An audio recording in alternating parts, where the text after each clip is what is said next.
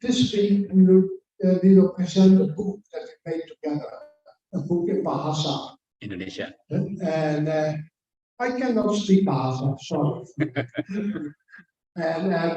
But I hope you can understand my English. Yeah. No, that's good.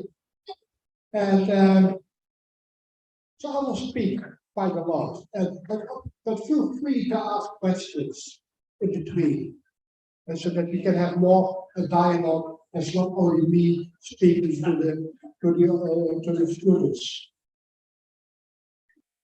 So I'm from the Netherlands, and as you know, we have a common heritage. For a long time, the Dutch was the colonizer of Indonesia. And I think we did some good things, but we also did some bad things. We could take sorrow for that. And I also have a personal connection with Indonesia. My wife, Jane, she's with me now here in Indonesia. She was born in Surabaya. And her family come from Malang. And she lived a few years of Balikpapan. And her family is mixed Indonesian, mixed Netherlands, mixed Dutch. But after the independence of Indonesia, it became quite difficult for the Dutch people to stay here. So her family left the Netherlands, like many people. And but her family and also Jane, they still really like Indonesia. The people, the food, the vegetables, the fruits. So and the culture, the music. And Jane speaks a little bit Bahasa, some words. But I also think it's important that the Netherlands and Indonesia has partly a common history. So it's very good that there are good connections between the Netherlands and Indonesia. And I was very happy that Dr. Samsuri came to visit us my university in February this year. And I said, we really enjoyed it. Come down. Yeah. And, so we walked around in Utrecht, we walked around in Amsterdam, and we saw the old buildings, and in particular of the canals in Amsterdam and Utrecht that had been built often with money from the VOC. You don't know what the VOC was, POC. VOC. Yeah. We earned a lot of money there and made nice houses of that money in the Netherlands. And so we should never forget that. But nowadays, Indonesia is an independent country, and I think we should be proud of that. And I've also realized that Indonesia is one of the best democracies in Asia. So maybe some of you have some critics about democracy in Indonesia. I can imagine that. But still, the democracy is the same. You're more expert than I am. So it's very important that Indonesia try to improve the democracy. Like I was showing in my talk, democracy is never finished. It can always be better. And teachers of citizenship education, so your future profession, need to be that. So today in the lecture, I want to present research in how we can improve citizenship education. To make it more democratic, to get people more engaged, more active participants, and making a more nice world. So I hope we can contribute to that.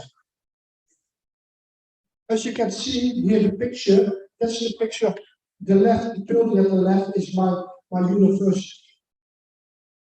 University of Humanistic Studies in Utrecht. It's really in the center of Utrecht. We have a small canal in front of it.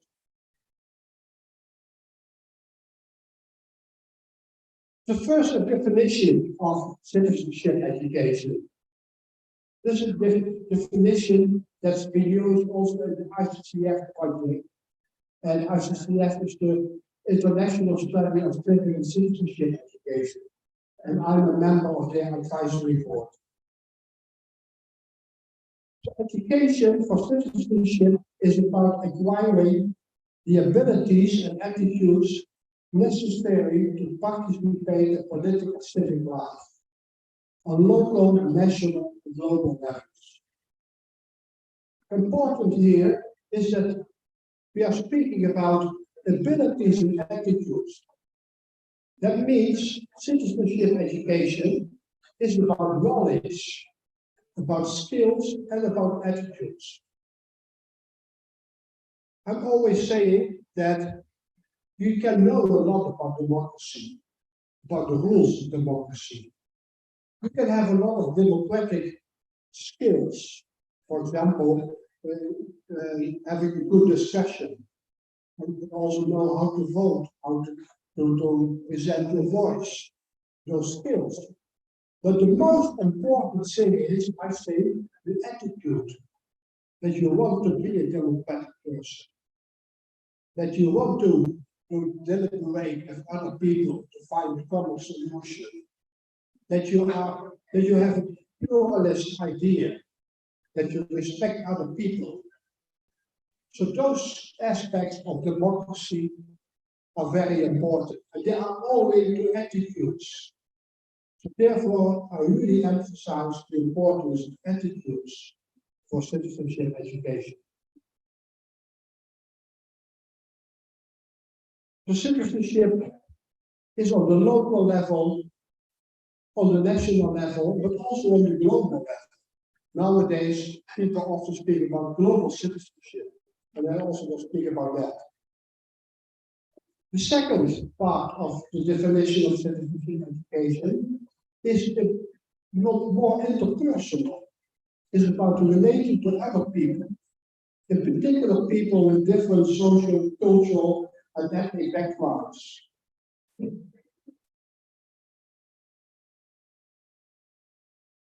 Many nations, also Indonesia, also the Netherlands, they have a diversity of cultural groups. Democracy is very important that they can live together, that they appreciate each other, that they can work together.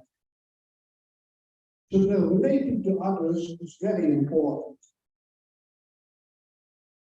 in daily life, in working life, in your life as student, but also in society.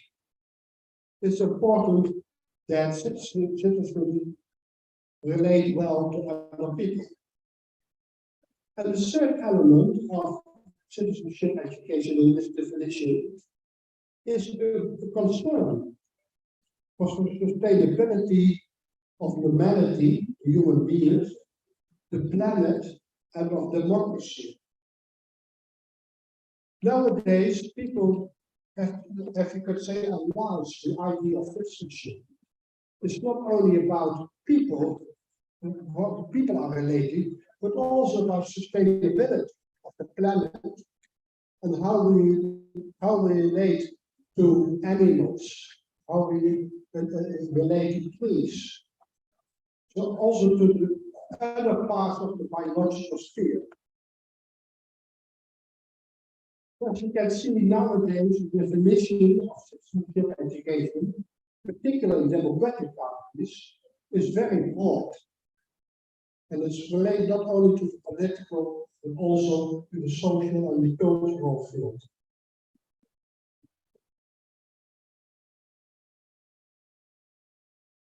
Therefore, I speak that nowadays the recent decades, we have seen a deepening of the concept of citizenship. Originally, it was only on the political level, about how to participate in politics.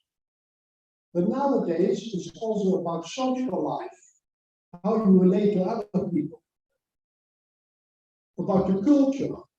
What, for example, what is the culture of Indonesian society? Also, what's the culture of the Dutch society? So the culture is also now part of citizenship education.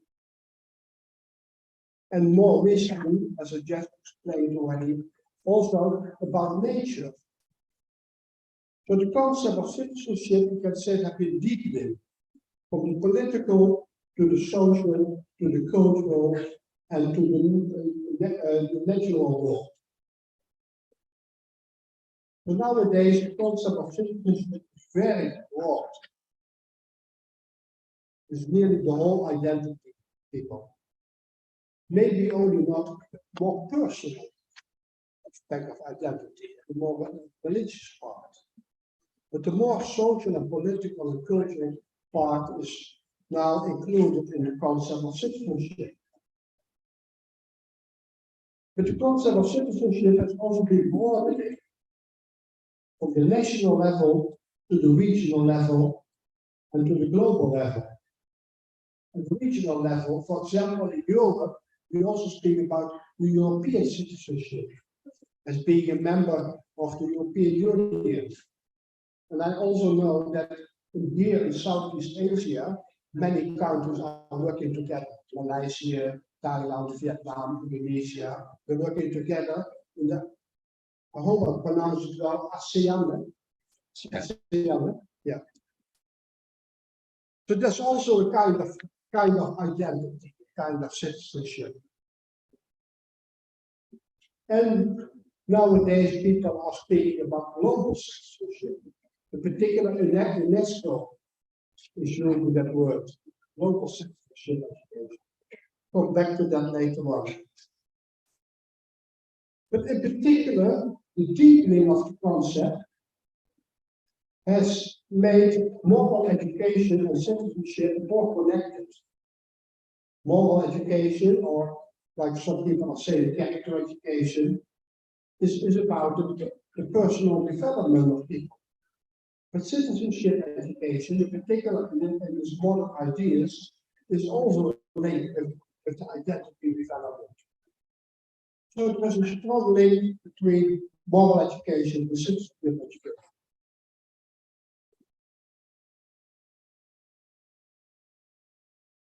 Some characteristics of Dutch educational system are relevant for citizenship education. What do you know about the Netherlands?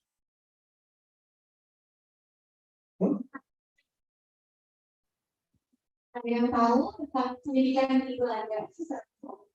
Ada yang tahu? They don't already know. They don't already know about the education in Dutch. Yeah, but what do you need to do? What do you think? What do you think? Apa yang harus kita tahu? Oh, pendidikan di Belanda itu gimana? Apa? Is it better than Indonesia? No, it's not better. Ada lagi? Disiplin, terus canggih ya, terus apa lagi? Nah? Canggih is sophisticated. Canggih is sophisticated. Berkualitas. They say that education in Dutch is more, what is it in English? It's more compatible with Indonesia. It's more, they have so much discipline area in India than else. Okay, yeah, good, yeah. And what do you know outside education about the Netherlands? Selain ini pendidikan, apa yang di pikiran kalian tentang Belanda? Kincir angin, wine turbine. Kincir turbine, wine. Tulip. Tulips, yeah. Apa? Ya, sign. Ada lagi? Ajax. Ajax? Iya. Kanaal. The canals, yeah, yeah. Lagi? Apa? Udah dia berjalan nih.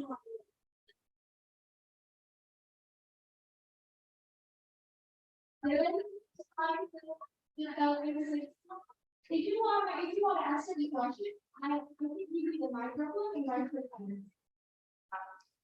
I'm sorry. Oh, susu, keju, cheese, cheese. Cheese. Yeah. Ada lagi?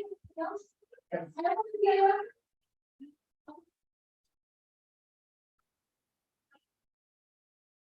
Ada lagi? Monarchy. Kingdom. Kingdom. Oh yeah, that's king. Willem Alexander is called, yeah, William Alexander. And yeah, we have been a kingdom for about 300 years. Yeah. And do you know where exactly the Netherlands is in Europe? Ada yang tahu di mana Belanda itu lokasinya di Europe itu di bagian mana? Ada yang tahu?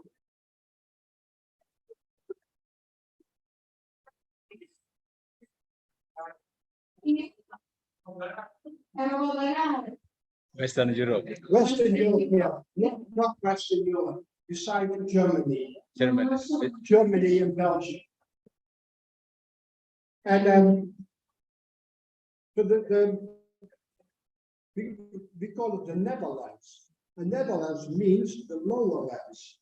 And as you know, maybe you know, half of the Dutch country is below the sea level.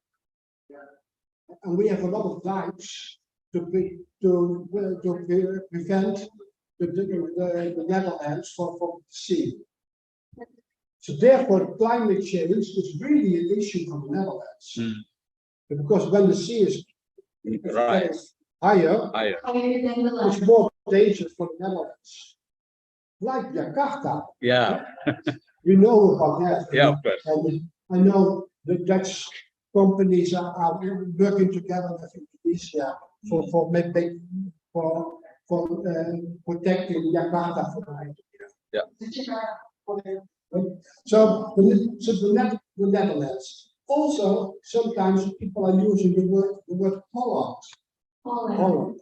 But Holland is only the western part of the Netherlands. Jadi kalau orang Belanda jangan Holland ya, orang Holland itu hanya bagian dari kota Belanda. Jadi bagian benar. And the language we are speaking is Dutch. It's not German. It's different from German. A little bit similar, but different. And I know that in Bahasa there are quite a lot of Dutch words. Do you know some of Dutch original Dutch words? Ada yang tahu siapa di bahasa Belanda yang kita punya? Apa? Handuk ini Paul, right? Handuk? Paul. Bengkel, gratis. Gratis.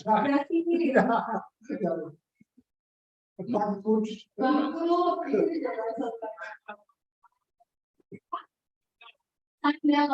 No,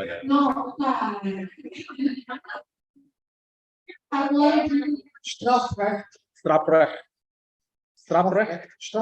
Hukum pidana. Oh iya,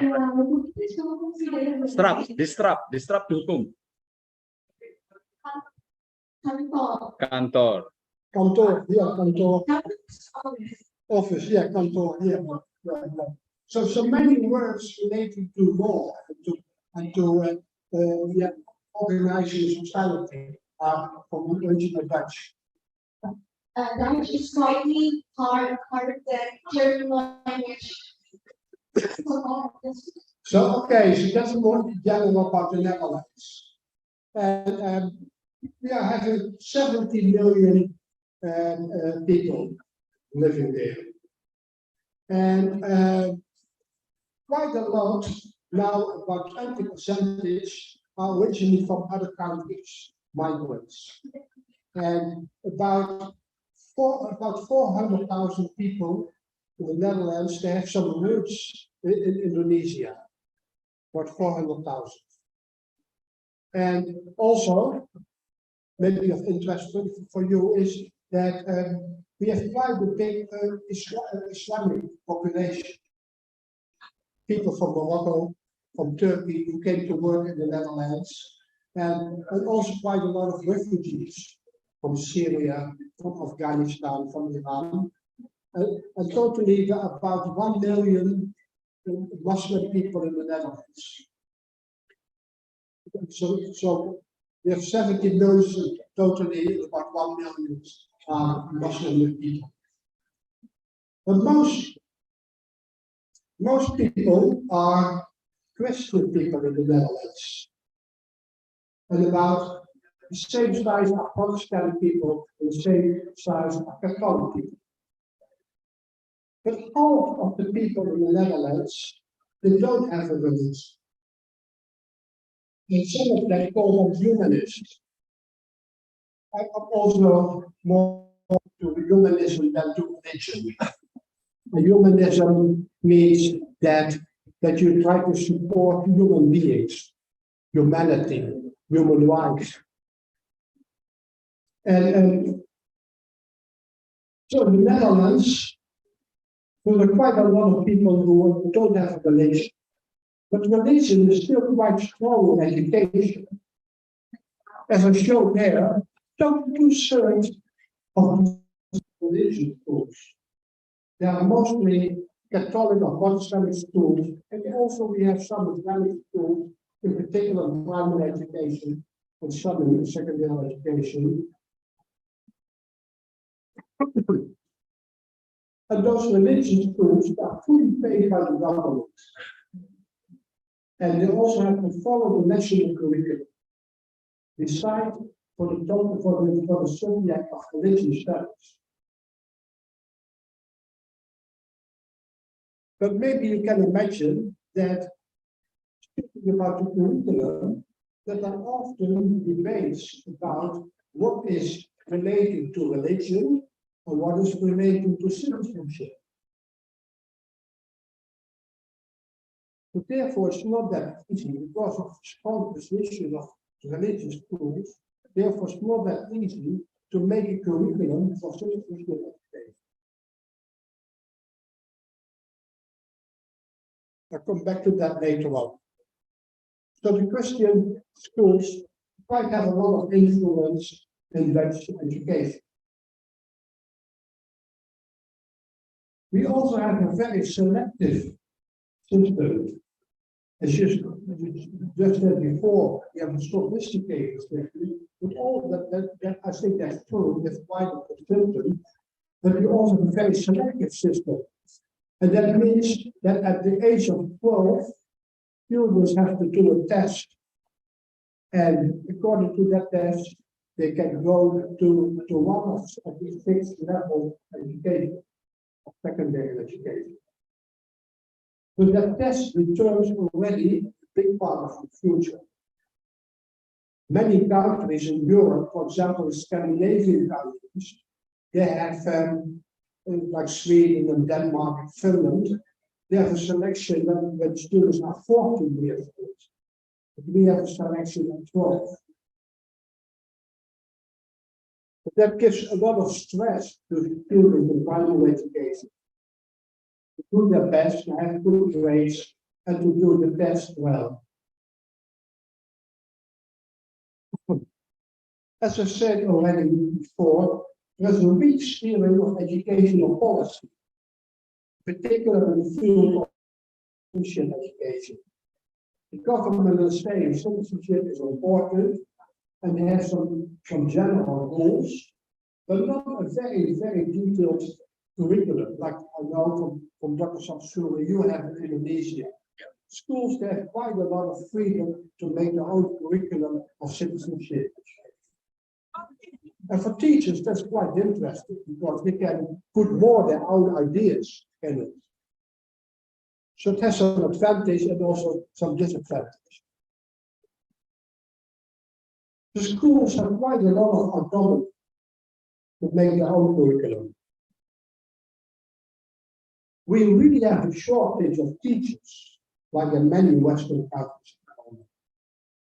Particularly for languages, not so much for English, but for other languages, Dutch and German and French, and mathematics.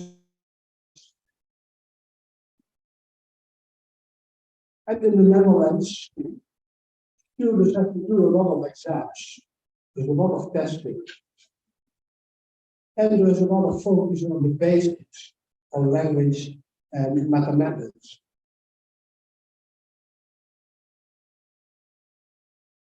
So this is some general characteristics of Dutch education that are relevant for speaking about moral education. The citizenship of this.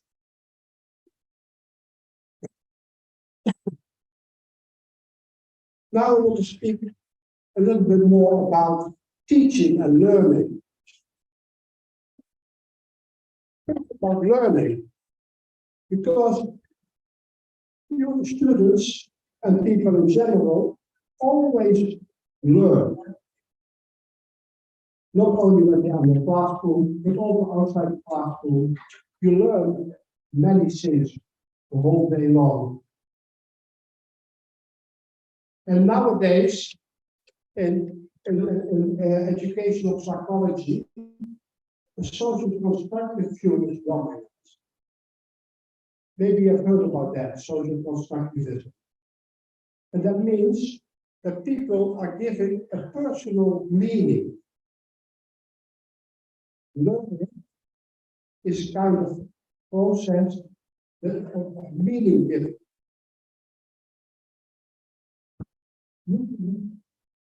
When you speak about a topic, you color it yourself, with personal meaning. Personal process of giving meaning. But you never do that alone, fully alone. You do that in dialogue with other people. You use resources that are among you, in books, in what other people are saying. So learning is both personal and biological. These ideas are very much influenced by pedagogues like John Dewey, Vygotsky, particularly on biological learning. So learning is a social constructive way of giving meaning to the world. And I always speak about 3 learning processes that are necessary. Reflective learning, maybe you have been reading about reflective learning. That people, in particular also teachers, to think about their activities, their work. And in that reflection, you use moral criteria. Also, when you speak about critical thinking is never fully logic and argumentation. They have made moral decisions on what is good and what is not good. So it's important to include moral criteria in reflection and in critical thinking. That's the first learning process that we should follow. The second one is what I call biological learning, and that's interaction with other people. And it's important to do that in an open way. Biological working and learning is not that you say what the other people should say, but that you together try to find what is best.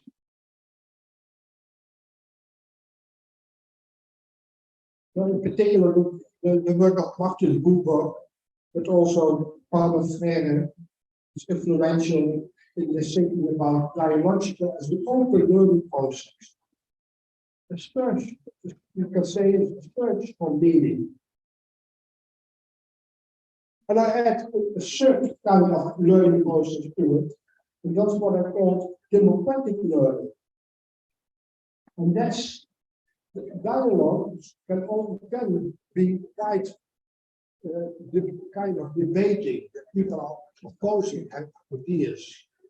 But for a democracy, it's also important that you find a kind of agreement. That people have a deliberation and try to find a common sense, how to find a solution. So that's democratic learning. To value differences, but also to try to bring together. So these are some of my ideas about learning, a more social constructive view. When you have such a view on learning, you cannot speak about transfer. Transfer, that concept is too mechanistic. It's too formal. It doesn't give enough space to the personal meaning of the students. So even now, I'm speaking, and you all make your own ideas about what I'm saying. And that's your personal concept of giving meaning to it. And it's not a question of good or bad. It's your personal meaning that is developing. So when we are speaking about teaching, we should really be aware of this kind of learning process, in which each student has his own learning processes.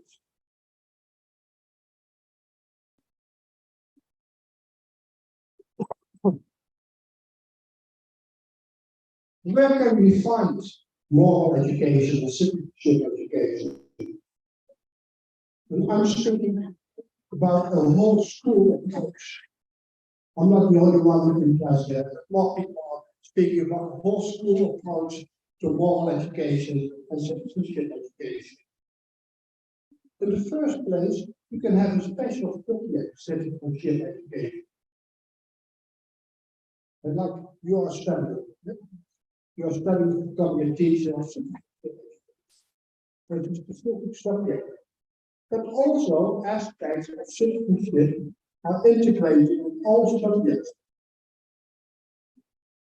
For example, in geography, in history, in literature, in science, in all subjects, there are elements of moral education and citizenship education. So the way of learning and teaching is very important. How people are learning. As I just said, we cannot think only in terms of value transfer. We should think about learning more in a dialogical way. So the way of learning and teaching is very important. But also part of the whole school approach of citizenship education is the school culture. How students relate to each other, how they are living together, how they are learning together, how they relate to the teachers. Are the teachers the very authoritarian person who dictate everything, or are teachers more open to dialogue, to give students the possibility to influence the curriculum, to influence activities? So the school culture is very important.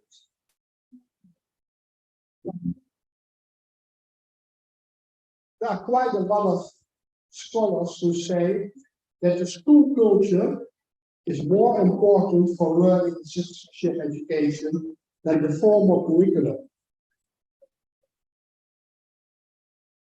I think it's difficult to say what is most important, but I would say both are very important. Curriculum and also the school culture. Some people like Joel Westheimer, Walter Parker, they are saying that you cannot learn democracy only by books. You can learn democracy by experiencing.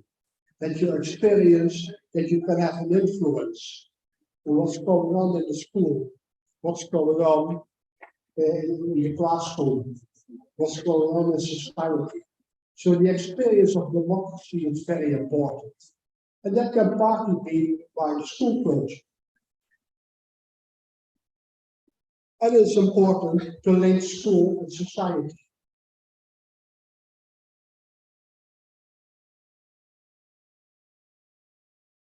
To focus a little bit more on school culture. In the school culture, students experience values in how the teacher is working, how the students are living together, and experience values. And in the school culture, interpersonal relationships are very important. It's nice to see that many of you are really hanging around with other students. Okay, I can see that they have a relationship with each other, that they are living together, that they hang around together. So it's very important, that kind of relationship. The students are not getting isolated. That was one of the worries with the COVID, when school closure were in the Netherlands. We also had school closure. Students really felt isolated, being at home, and not having chance to meet other students. So interpersonal relationships are very important. Then the school, the organization, how the school is organized, what possibilities for student participation, what different activities there are in school. So the organization of the school is important. And I think it's very important that in school there is a diversity of students and a diversity of teachers. One of the complicated, difficult things in Dutch education is that we have that early selection, and then most of these students only meet students that are on the same level, on the sixth level. And so they don't meet, for example, the people that are students at the higher level, they don't meet students that are on the lower level of education, the more vocational tracks. So it's important to have a diversity of students in schools. I think that's very important, particularly for when we speak about citizenship education. But also a diversity of teachers is important. I think for a school, for university and college, it's important that they have a different diversity within teachers. Different gender, different culture, different religions, different age, different sexual orientations, different ideas, different political backgrounds. So it's very good if there is a diversity in the team of teachers. I think that's very good for citizenship education. Because we shouldn't forget that teachers have a kind of moral example. They show what's important in society. In the knowledge, but also in the way they are behaving. In more democratic societies, you have a school system that gives more positive relations between teachers and students than in a very authoritarian system.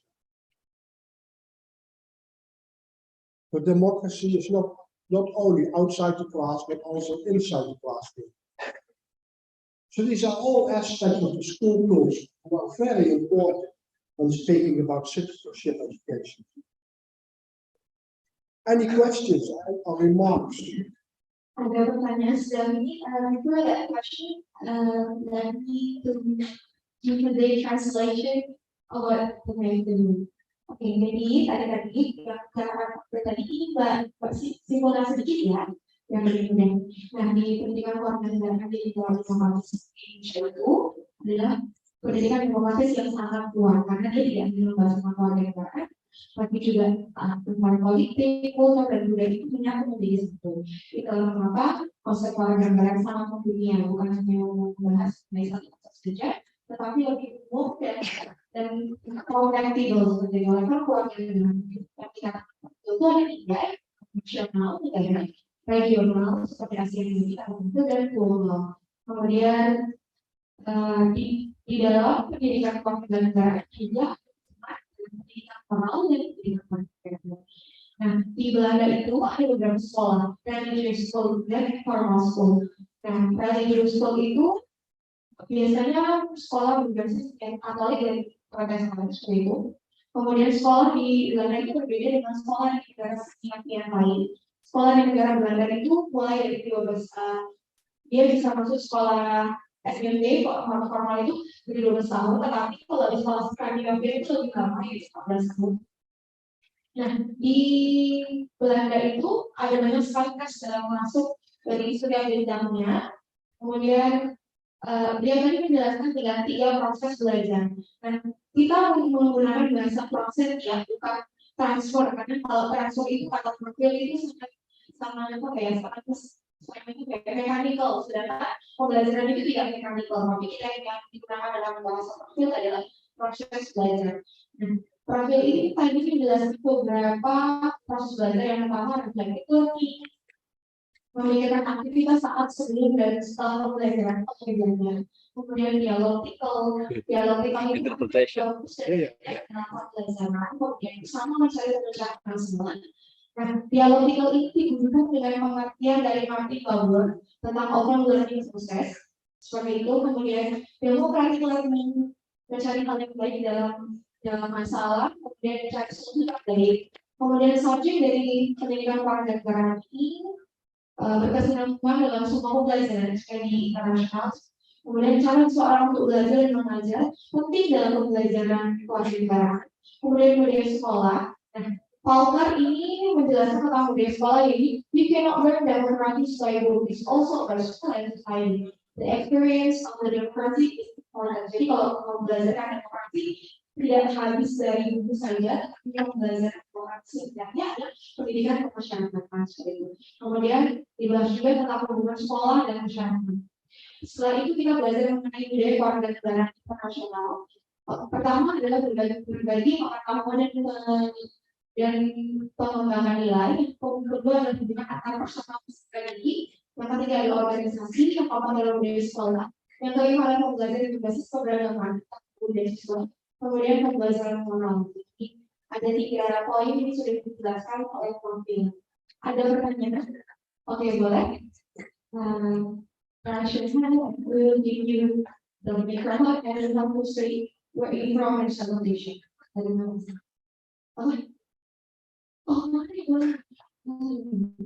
Berikan semua. In bahasa dan translate to English. Berdiri aja, berdiri. Sebetulnya tantangan bisa dikatakan saya berdiri bertanya.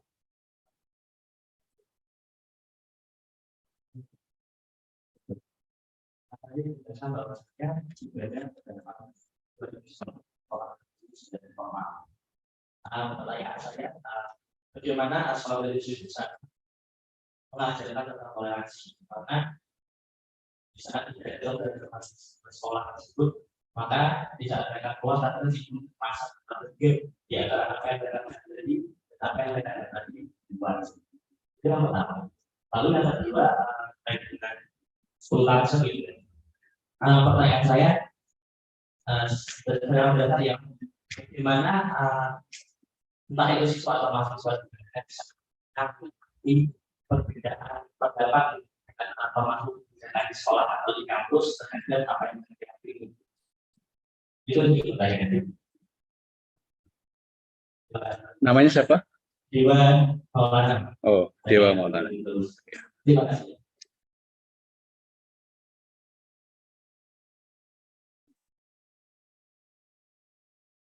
Let me translate in English.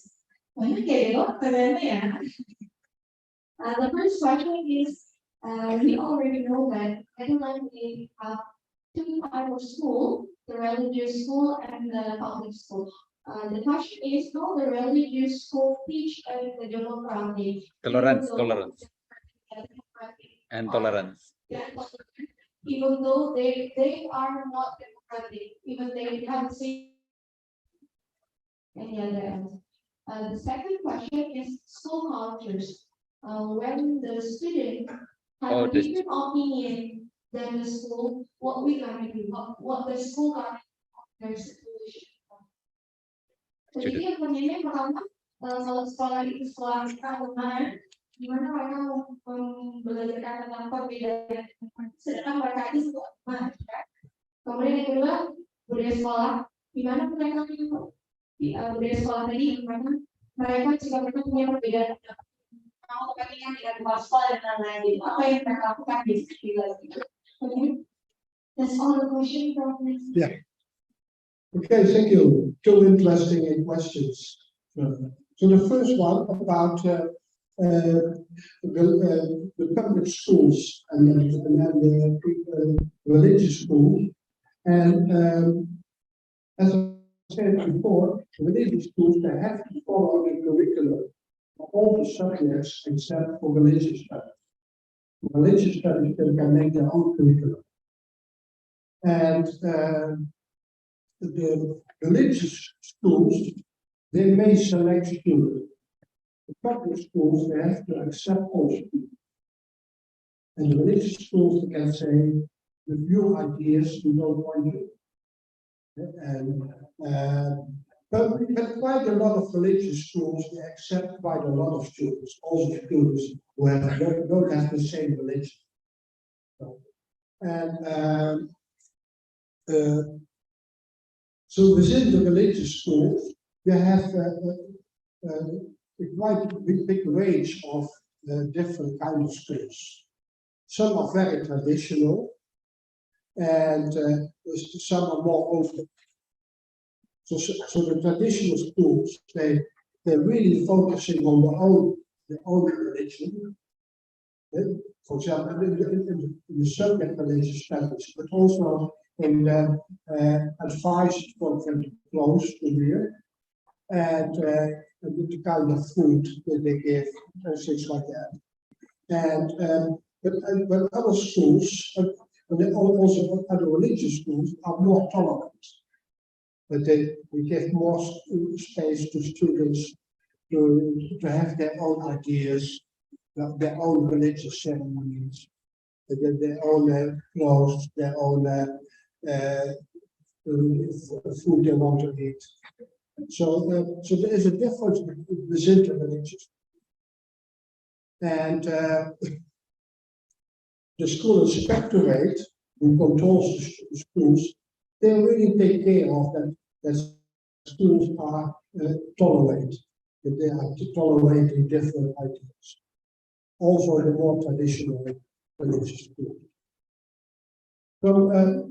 So it's not easy, but most schools don't have problems with that. But sometimes there are really issues that the school inspectorate saying, so you emphasize not enough democracy in schools. So sometimes you have that problem. And as I said, in the subject religious studies, schools have more freedom to make their own choices. And also there, more traditional schools, they mostly speak about their own religion, but also other schools, they give opportunities to listen to the different religions. For example, they invite different religious persons from different religions, and students, they go to visit both church and mosque, synagogue, different religious places. So the Dutch government formally really wants to stimulate that students learn a lot about different religions. So that about in the public schools, students don't have a subject religious studies, but they have often have to have a subject that's more related to citizenship education, and this. But in public schools, students have the choice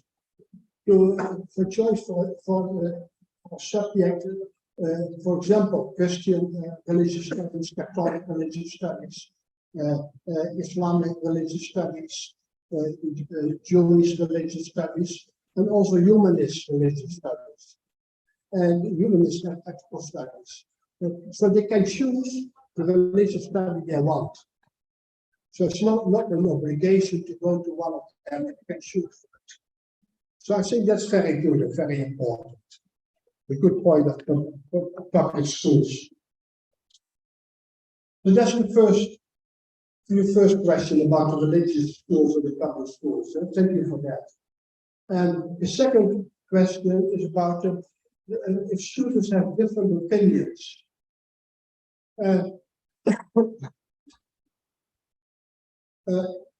Formally have different opinions. If it's all within democratic boundaries. And I mean within the rule of law. For example, a student may say all students should become, I say all students should become Christian. You say that. You may have that opinion, but you may not say we should put Christians in prison.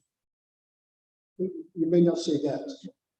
So you can have different opinions, and I say from the point of view of citizenship education, from the point of view of democracy, it's good if there are different opinions in the classroom. Then you can learn from each other. Yeah, and you can try to influence the ideas of other people. I think it's very important to have different opinions.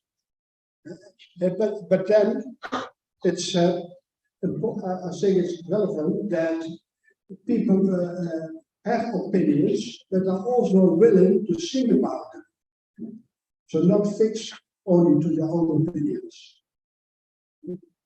For example, in the Netherlands, quite at the moment, quite popular is play House of Parliament, like in the UK. Yeah? And it is part of citizenship. And often that really becomes fighting with words between groups, not an exchange of ideas, only shouting to each other.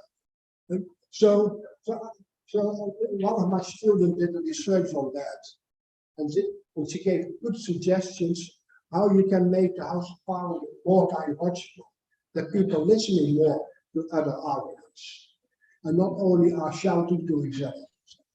So it's very important that not only to have different ideas, different opinions, but also that people are willing to think about them and maybe change them. So this is a good question again, because that's at the heart of your job, teaching citizenship education, working with different opinions. It's not easy. I'm not saying that it's easy working with different opinions, but it's quite important for your job. Okay, thank you for those questions. Bisa dipahami lagi Mbak, kalau dimakan sedikit ya, Mbak ini translating di Belanda itu sekolah berbasis agama itu ada dua ya, itu sekolah berbasis agama yang terbuka dan masih tradisional. Jika sekolah itu kan ada dua jenisnya, kalau yang terbuka mereka lebih toleran dibandingkan yang tradisional. Mereka juga bisa memperhatikan kebijakan agama mana. Kalau yang di terbuka tadi, misalnya di Katolik, sedangkan dia ingin membantu tentang Protestan, mereka bisa diberikan pilihan begitu. Kemudian pembentukan demokrasi tadi dimulai dari sekolah, dan itulah yang membuat pembelajaran demokrasi itu lebih kuat. Penyeimbangkan antara budaya sekolah dan demokratis memang seringkali terjadi perbedaan pendapat banyak, tapi itulah buat mereka lebih dinamis seperti itu. Sudah tadi, terima kasih kepada ini.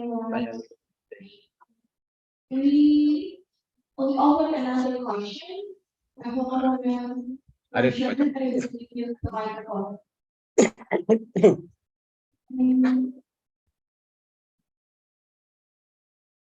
Open discussed. Yeah.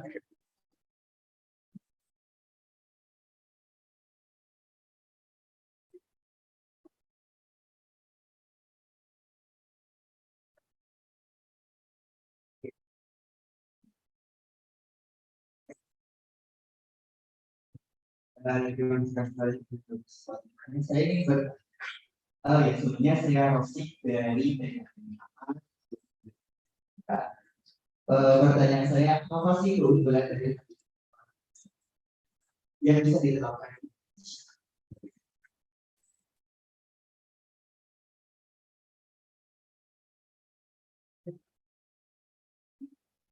What is advantage educational Netherlands system?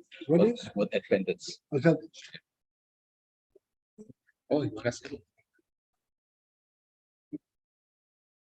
Double water mineral.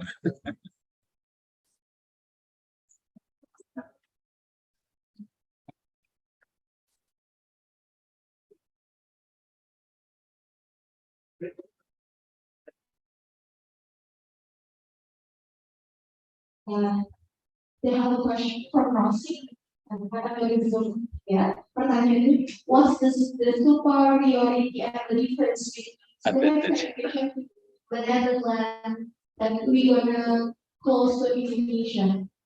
Like what the best point of the civic education on the Netherlands that we gonna choose to be education? Apa yang membuat pendidikan koordinasi itu lebih daripada Indonesia dan buat apa? Good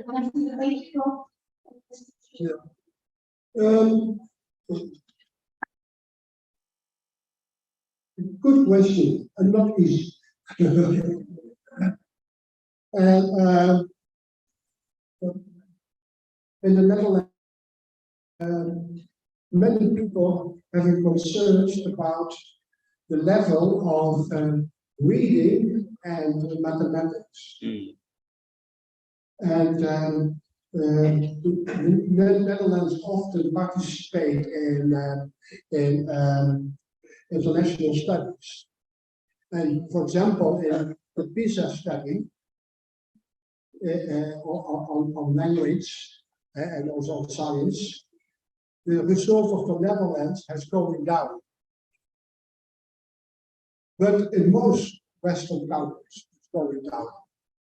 And the Netherlands is not growing that fast now.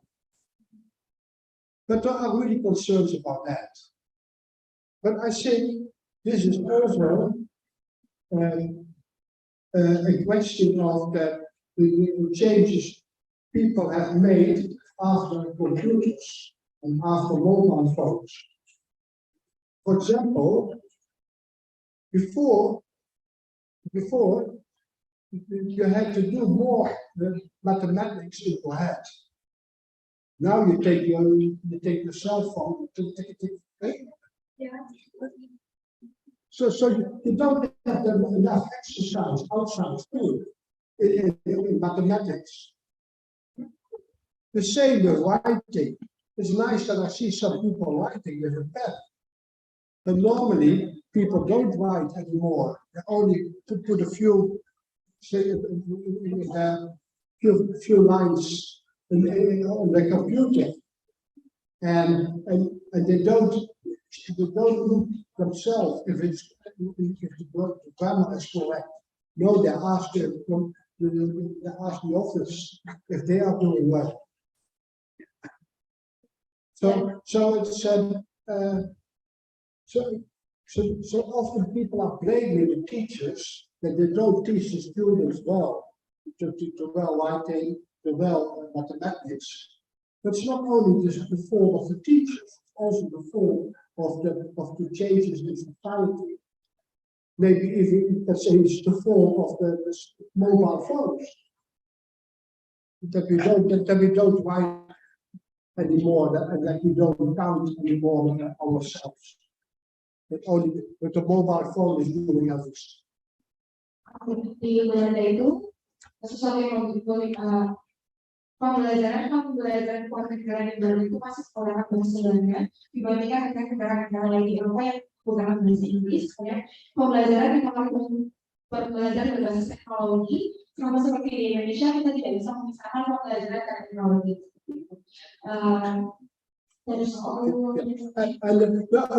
What's fair in general, in those schools, there is quite a lot of it's good atmosphere, and also in international research. A few years ago, there was research on how much students like their school.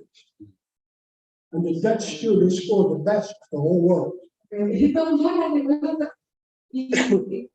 Prof Wiel tadi mengatakan bahwa ada pernyataan tentang seberapa substantif siswa Belanda itu datang ke sekolah dan belajar, dan dari riset tersebut siswa Belanda itu memasuki komunitas bahwa mereka lebih baik belajar seperti itu.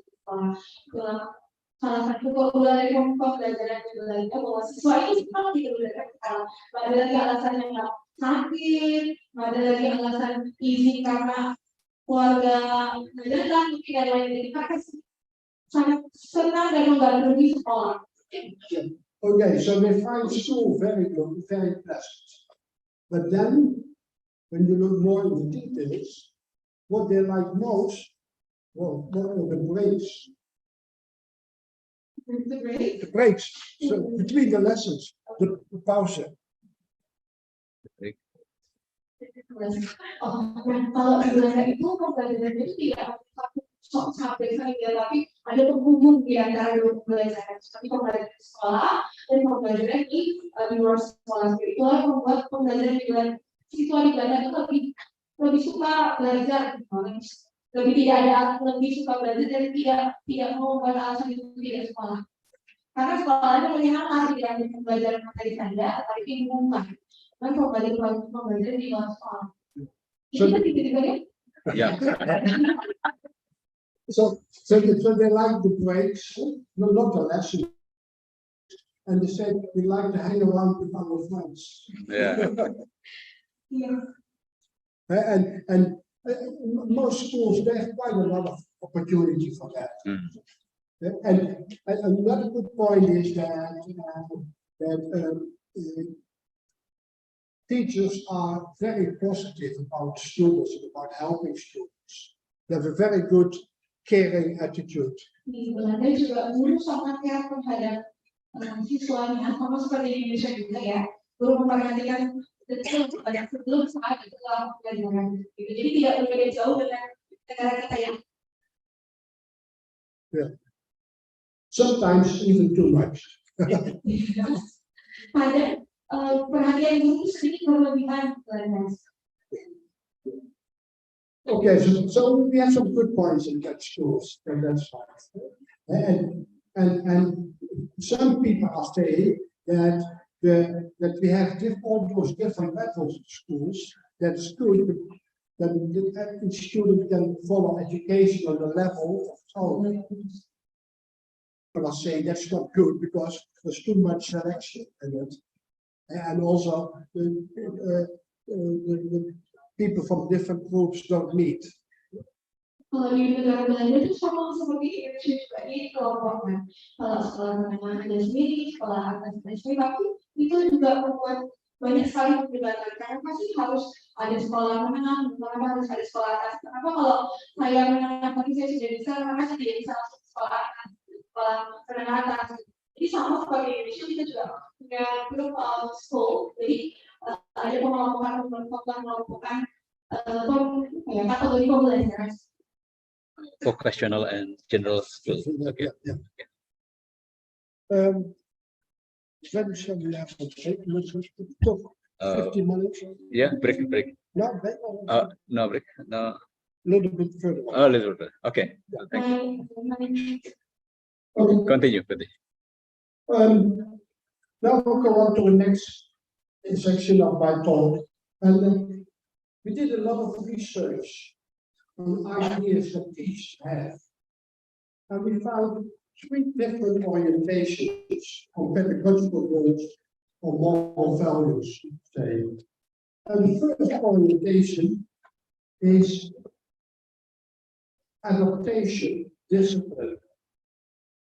That means that it's very important in schools that students learn to have discipline, to behave well, to listen to the teachers and other adults, to work hard, to do their homework, to study, to be friendly to other students and to the teacher. So that orientation, adaptation, and discipline. You can see that in more traditional ways of characterization. For example, the work of Thomas Icona. The picture there, the first picture. Also already in the work of the first sociologist Emil Durkheim. So that's one orientation.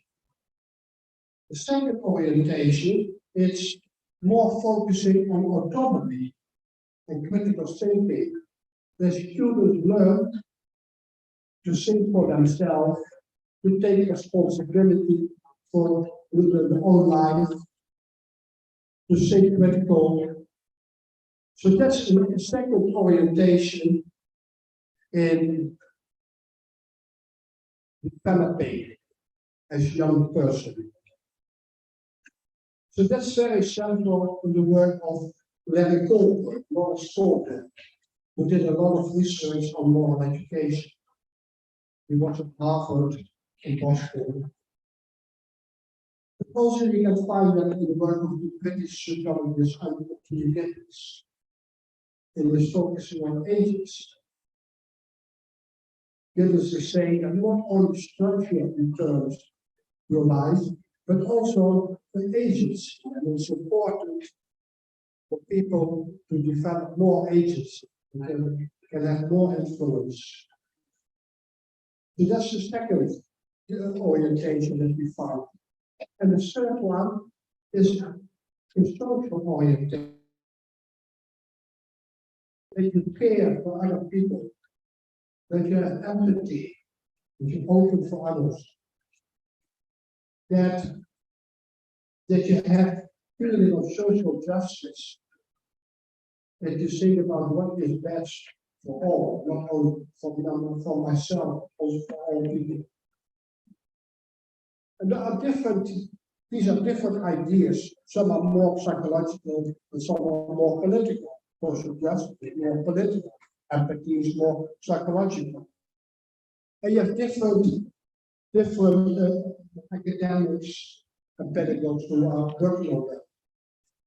Particularly the work of knowledge, of care, and Paulo Freire on empowerment and social justice. So you have different orientations of that. So in our research, also in the literature review, but also in empirical work, we find these 3 orientations.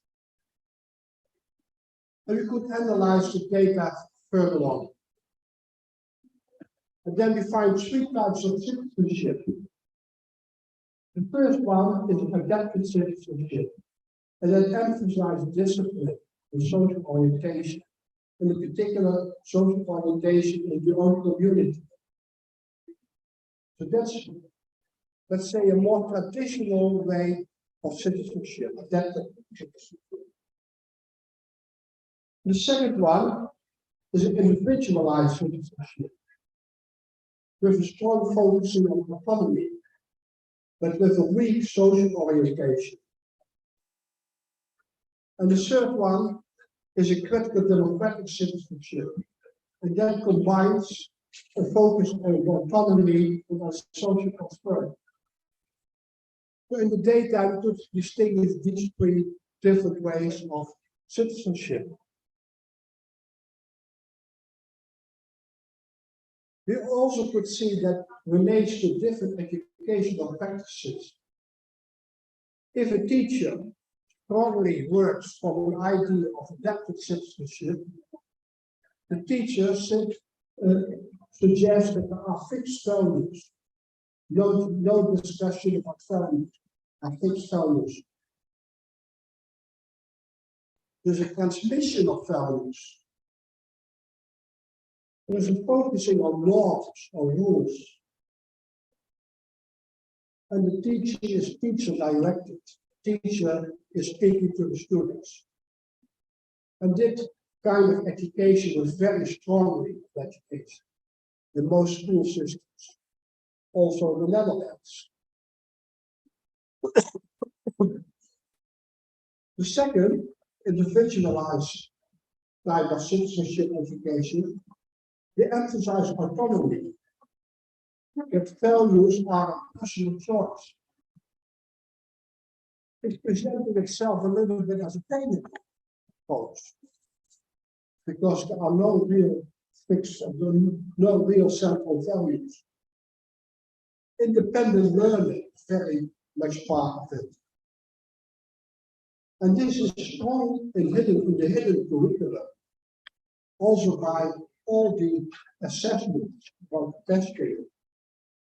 You have to work for yourself.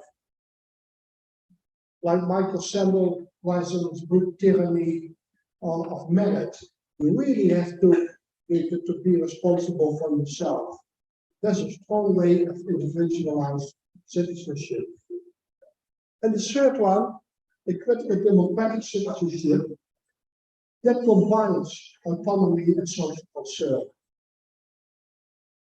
That emphasizes a lot of joint deliberation of values and a cooperative and inquiry-oriented teaching.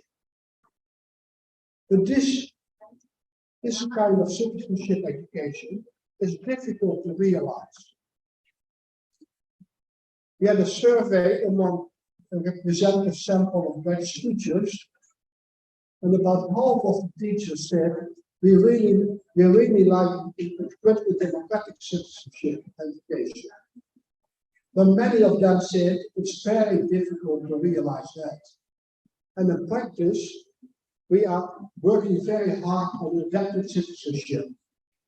Behave well, listen to the parents, listen to the teacher, do your homework, be on time, be quiet. So education is full of that kind of messages. So adaptive citizenship is not that popular, but in practice is very strong. But therefore it's important to look very good between the ideals and between the practice.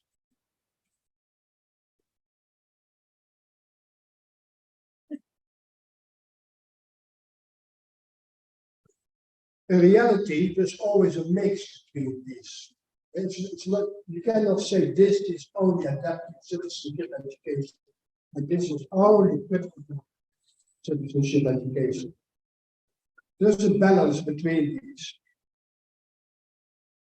But I think the strong point of this differentiation is that you can see that there can be differences in citizenship education. And schools and teachers can make a choice in that. I think this is a good point, good moment for having a short break. Yeah? Yeah. Or maybe a question. Pertanyaan. Yeah. Yeah. Break or question? Break. Oh, break 15 minutes. Now it's 9:30. So the time break is 15 minutes or 5. Jadi kita ada istirahat 15 menit, sekarang 9.30 dari 9.45 kita bisa mulai lagi ya. Silakan kalau itu boleh kalau lagi. Saya terima sendiri tadi ada 2 poin yang dijelaskan sama Prof. Wiel. Yang pertama, pembelajaran dan adaptasi dan berdisiplin. Nah, orientasi pembelajaran berdisiplin pada dipraktikkan dalam pembelajaran tradisional. Tokoh dalam teori ini adalah mungkin dari kemudian otonomi dan critical thinking. Nah, ini orientasi berbeda dari tradisional dan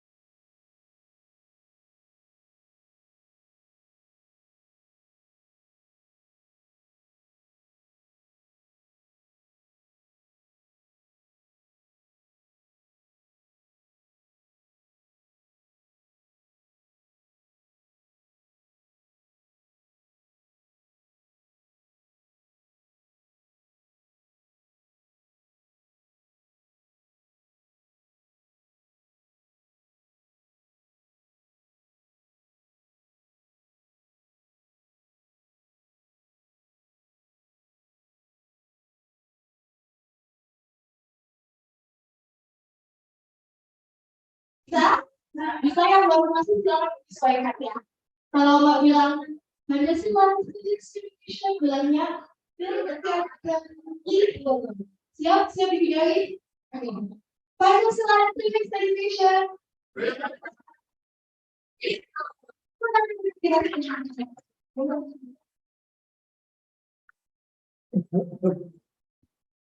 Oke. Sudah menunjukkan 9 pila yang kami pilih masuk ke dalam dan kita mulai sesi kedua. Okay, we go on. And now I want to speak about global citizenship education. And again, in the literature and also empirical research,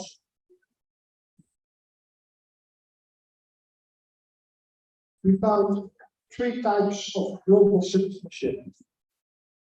First one is an open global citizenship, and that's more a neoliberal market ideology of openness. That you're open to the world, open to the market, an open global citizenship.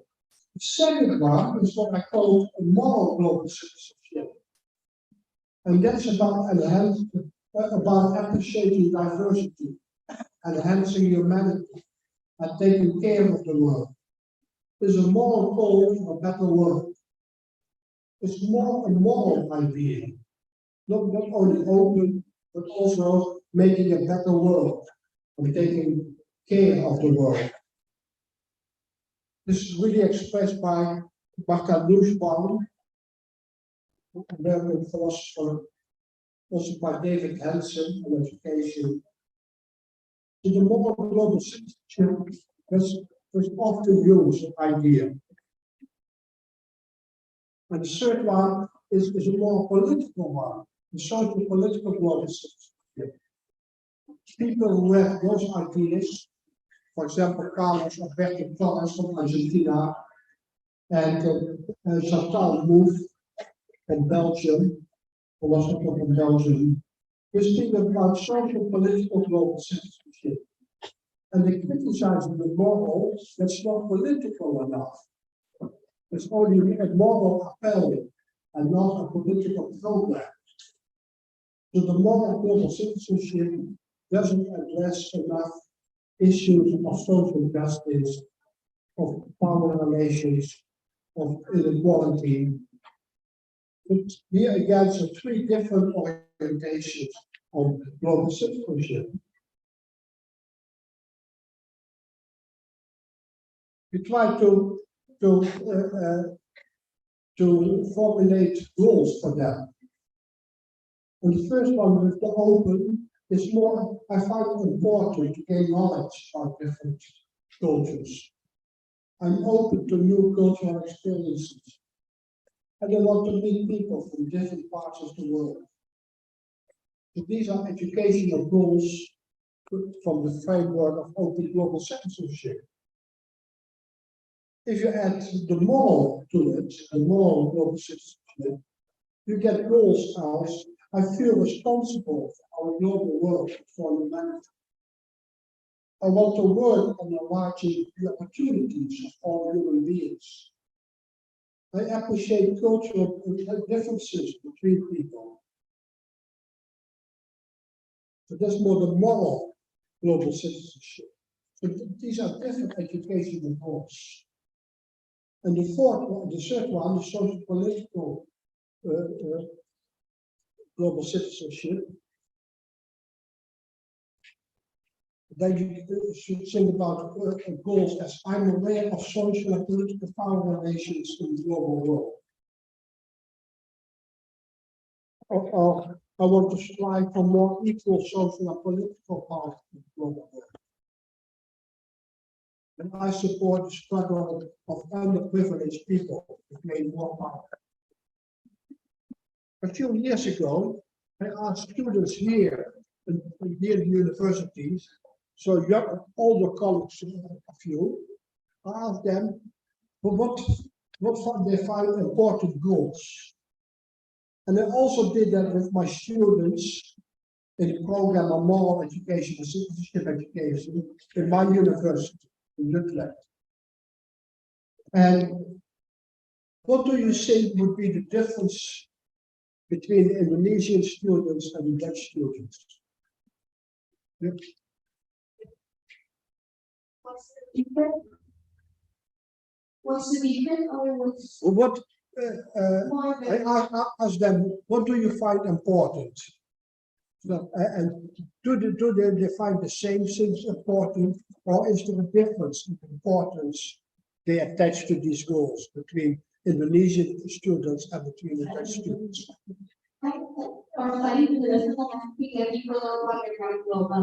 Yang ada yang bisa memberikan itu apa pendapatnya mengenai kewarganegaraan global ini? Apakah sama di Indonesia dengan di Belanda?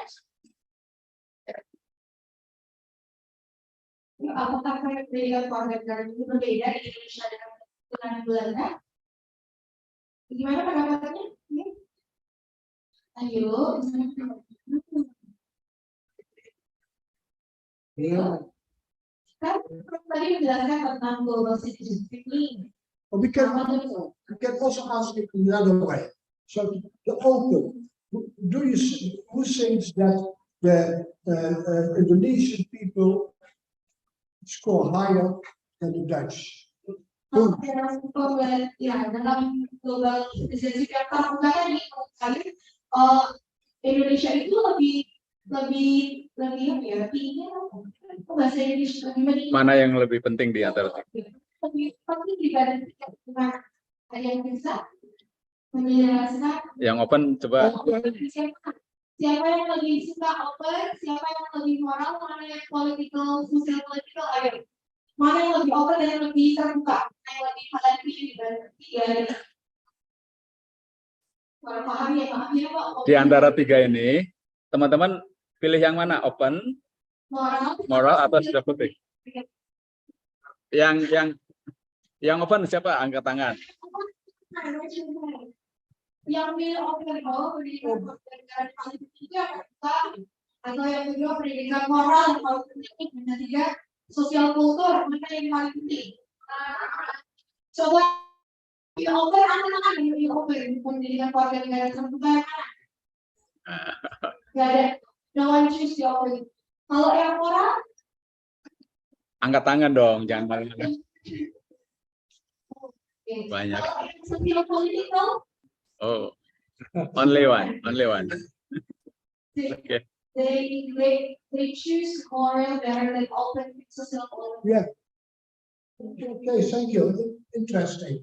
And when I did the research 2 years ago, with my students and the students here, there were not real differences between Indonesian students and Dutch students on the open moral citizenship. They both find it important. Also on the moral, there were not so much differences between the Indonesian students and the Dutch students. But then there are quite big differences. But there are quite differences on the socio-political. The Indonesian students were more socio-political than the Dutch students. Yeah. But that's a little bit of problem in the Netherlands, that people are not so much focusing on the political. They're focusing a lot on the moral, they're not on the political. Kalau di negara Belanda itu pendidikan kewarganegaraan fokus ke moral, tidak ada bahasa politik. Makanya sosial politik di Indonesia itu lebih tinggi dibandingkan di negara Belanda. Yeah. And I try to show that the political is also important. Yeah. Makanya Prof Wiel mengatakan bahwa sosial politik itu juga penting dan diperhitungkan seperti bahwa banyak sekali keunggulan-keunggulan yang dipelajari di Indonesia bukan hanya tentang belajar moral dan etika saja, tetapi juga membelajarkan tentang bagaimana perpolitikan informasi itu mengenai berpolitik di Indonesia.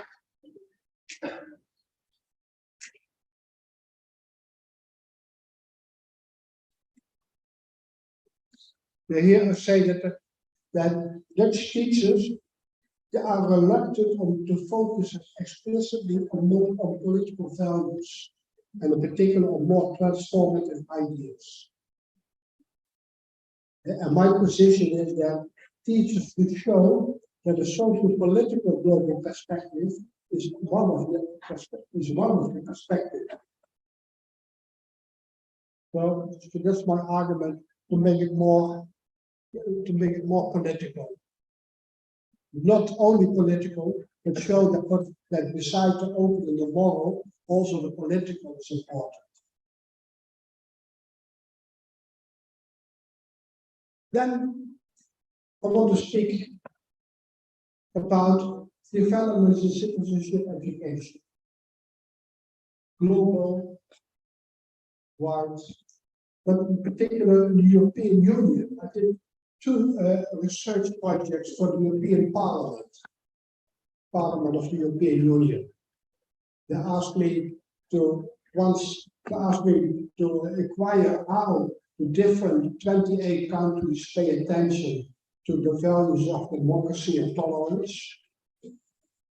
And I did a survey among academic experts in all the 28 countries, and we wrote a report about it.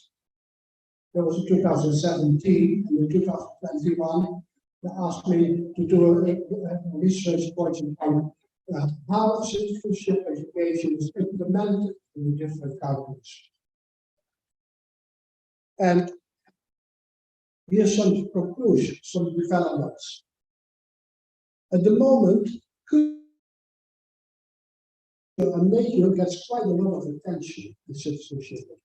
To the multicultural society, but also the questions of climate, sustainability, they get a lot of attention in citizenship education. And I think in a way that's good. But what we see in many European countries, social class and power relations don't get so much attention at the moment. So you could say that the political is a little bit fading away from citizenship education. And we should be aware of that.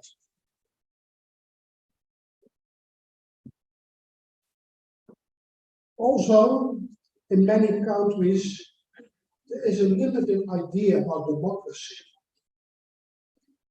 I think it's important to include social justice as part of democracy, not only freedom of speech, pluralism, but also social justice should be a part of democracy.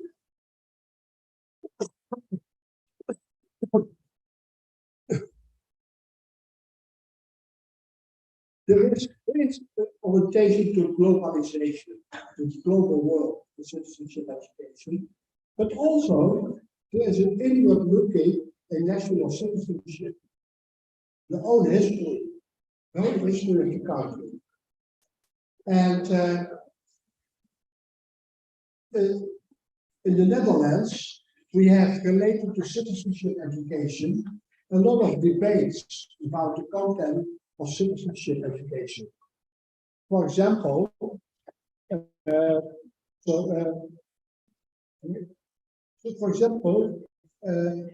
there's a debate about how we should teach students about the independence war of Indonesia, the 45-49 period. So when Sukarno tried to build the independence of Indonesia. How the Dutch students should learn about that? Formerly it was more that we the Dutch were very good for look your Indonesian people, we cultivated you, and now you don't want to listen anymore to us, you want to be independent. So that was more the old story. And the new story is more that it was the right of the Indonesian people to make their own choice and to build their own nation. And we should support that. And also in Bergzak period, the Dutch have taken the States. We should be open about that. So that is related to citizenship. There's always a discussion about how you present your history. The same with the VOC. How the VOC has been working. Traditionally, there was more speaking about the Dutch. They were very brave. They were ruling the oceans, and they went all the way to India, to Indonesia, to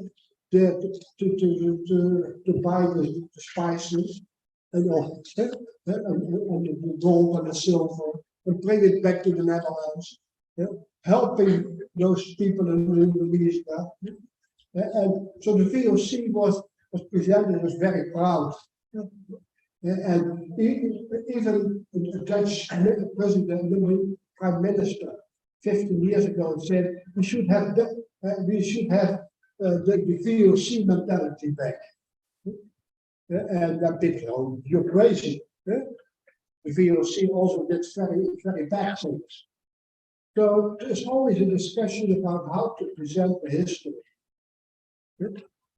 And it's good that you show that there are different perspectives, and also that people are willing to admit the faults they made. So that's the discussion about inward-looking international citizenship, but also the global citizenship. They can have different orientation, as I just explained already. And in particular, Carlos Alberto Thomas said, he's saying that global citizenship education can either be influenced by competition, like it's now, mostly dominant, or by solidarity. And he argues global citizenship education should be more the form of solidarity. Then, in the European Union, in many countries, also the Netherlands, there is still a lot of inequality. Even you can say inequality is growing. Inequality in income and wealth, but also inequality in the chances of students. I think it's very good, and I'm very happy about that many students of migrants are doing very well in school. They're doing very well. But still for them it's more difficult to have success in school, and in particular to have success on the labor market. Things are going better, but still we have a long way to combat inequality.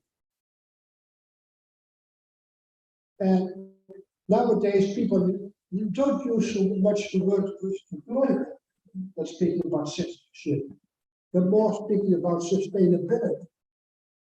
I think it's good, but we also should stay speaking about the global. And a very important finding of the whole study was that there's not only a gap between policy and practice, between theory and practice, but also a gap within policy. And by that, we mean that on a high level, there are nice goals for citizenship education. But the concrete measures in the curriculum and in the hours for the topic, for the subject of citizenship education, in many countries, it's not that good. There are good examples of developments.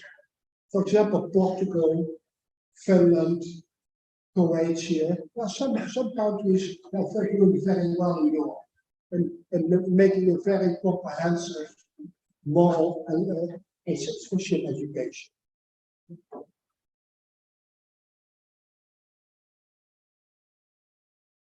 Any questions about this?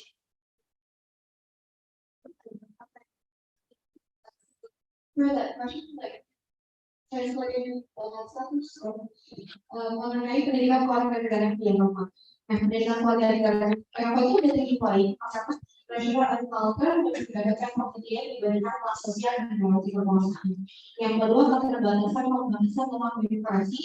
Kemudian fragility dari keluarga negara di Eropa, dari Eropa. Kemudian global citizenship itu lebih menuju pada neoliberalisme jika di Eropa. Kemudian ketidaksamaan pendidikan keluarga negara di Eropa di setiap negaranya. Kemudian lebih sedikit pembahasan mengenai law di Eropa. Kemudian adanya kekosongan dalam pembahasan demokrasi dan politik serta kebijakan di Eropa. Jadi mereka lebih fokus pada sejarah dan kebudayaan Eropa. Mengacu pada pendidikan keluarga negara. Apakah ada pertanyaan?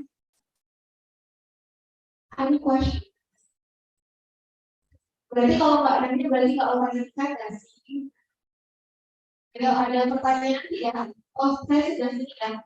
Langsung mungkin sudah sini. Kayak oh ya boleh gitu.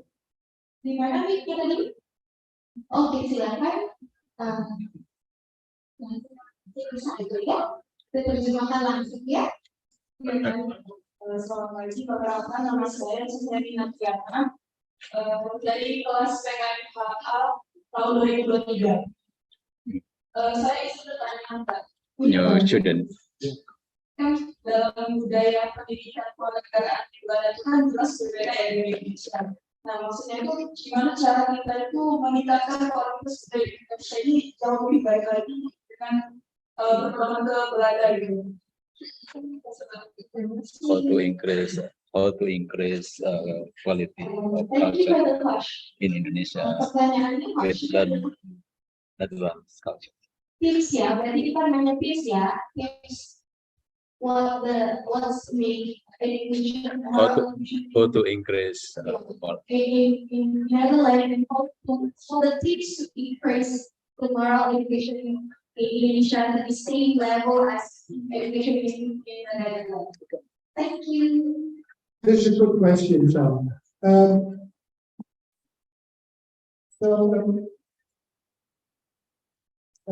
Comparing, it's always difficult to compare different countries and different cultural systems.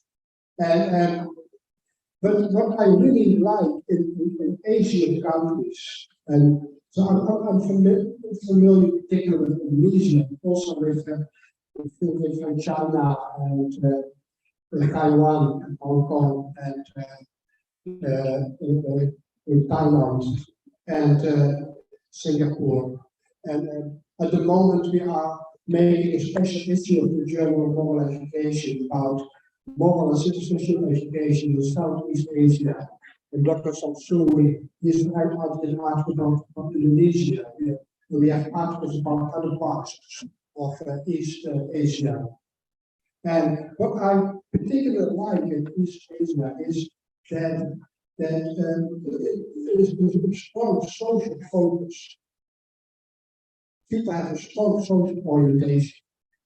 And that's partly due to the culture, also partly due to the religious. And in Western societies, sometimes I think the individualization has become too strong. Autonomy of students, autonomy of people is sometimes too strong. And my colleague Harry Kunneman is always saying that Dutch people, they have a big ego. And also Dutch youngsters, they need a lot of space. And they have a lot of opinions. They have ideas about everything. And also teachers often say it's so difficult to work in the classroom because more than you believe. And they also have they all need a lot of space, a lot of attention. Yeah? So I think both the Netherlands and Indonesia, they should find a good balance between autonomy and the social orientation. And as I often say to my Asian colleagues, that the West should become more social, and the East should become more autonomous. So that the social is good, and it's good that you have a family, a community that supports you, but also it's important that people get freedom, that make their own choices, that develop their own life. So that is important to have that good balance in that between. So that's what we can learn from each other. The Dutch, that it's good to be social. And the Asian people, that's good that young people have some freedom, and over adults have some freedom. So I think that's the most important lesson. Thank you for that question. Termasuk pertanyaannya izin pertemuan kecemasannya. Sehingga pendidikan di organisasi tentara khususnya di Indonesia itu fokus pada pemberdayaan masyarakat dan kultur budaya. Dan ini tidak ditemukan di negara-negara yang karena mereka lebih individualistik dan lebih independen. Serta stigma mereka dari stigma bahwa orang Eropa itu memiliki ekonomi ini, dan mereka selalu berpikir tentang semua hal. Nah, harapan dari Prof adalah kita harus punya good balance karena otonomi dalam pembelajaran seperti di Eropa dan kultural budaya dalam pembelajaran seperti di Indonesia seperti itu. Kita Indonesia pun harus memiliki memberikan akses kebebasan kepada siswa untuk berpendapat seperti di Eropa, dan Eropa pun harus memiliki kultur budaya seperti Indonesia bahwa mereka tidak tinggal sendiri, bahwa ada budaya-budaya mereka yang masih belajar seperti itu. Sudah dipahami adik pertanyaannya?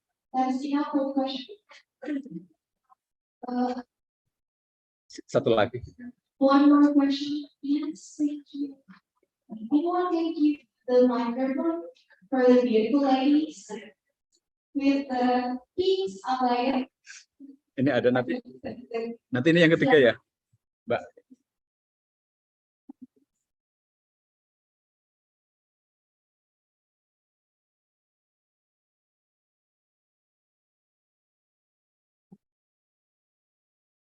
Terima kasih untuk waktunya. Pertama saya mulai Juli.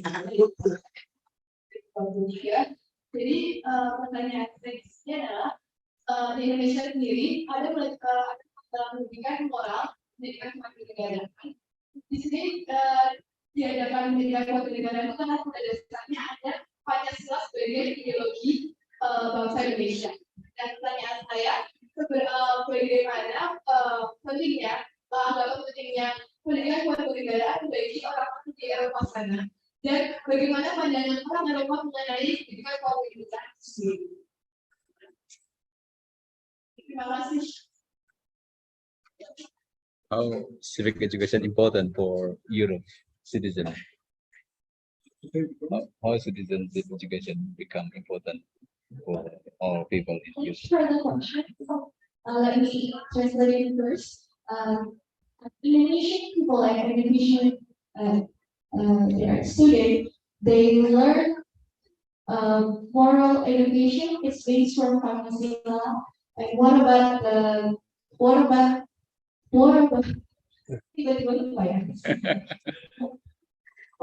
European student? They are not have Pancasila as base of the citizenship. Wants to make a difference Indonesia between the European education, especially citizenship education. How important citizenship education for? All the important citizenship education. Yeah. Well, thank you for the interesting question. And as I already was saying about the two research I did for the European Parliament. Well, in Europe, it's very important the concept of democracy, and the concept of tolerance, pluralism, freedom of speech. That kind of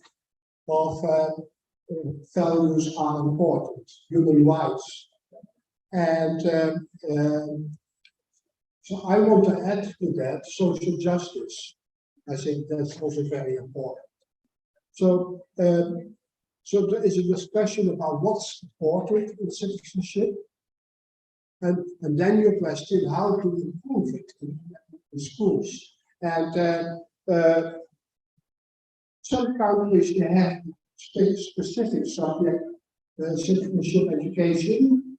In the Netherlands, for example, we don't have a subject citizenship education, but schools have, but we have social studies, and that's in that there's a lot of citizenship education. Students have history, geography, so all those subjects are part of citizenship education. And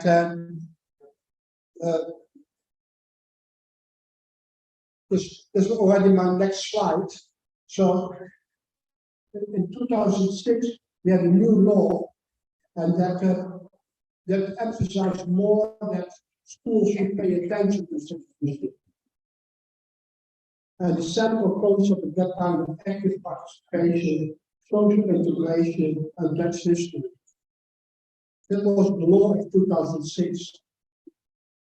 And there was an evaluation, for example, by the school inspectorate. And they said many schools don't have a policy and in practice. And some schools don't pay much attention to democracy and to gender issues.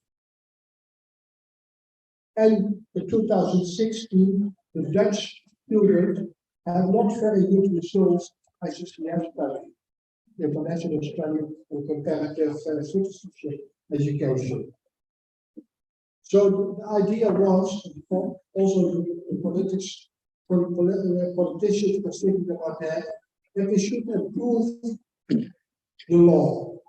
And in 2021, a new law became, and it said the students should pay more attention to democracy and gender issues, and to negative aspects of the Dutch history, kind of things we just talked about. And also, that's important, schools should make more policy on citizenship education. You should produce a document with all the activities and all the curriculum context in it. And that's an interesting job in schools, and many of my former students are doing that kind of work, that they're helping students to make a policy, to writing a document, to organizing activities. So, citizenship education in the Netherlands, but in European countries, became more important. And it's not that easy for the government how to improve it. There's some countries they introduce a special subject of citizenship education, like Germany, Finland, Spain. Other schools, other countries are saying all the subjects should integrate it, like the Netherlands. But in general, there is a policy to try to improve it.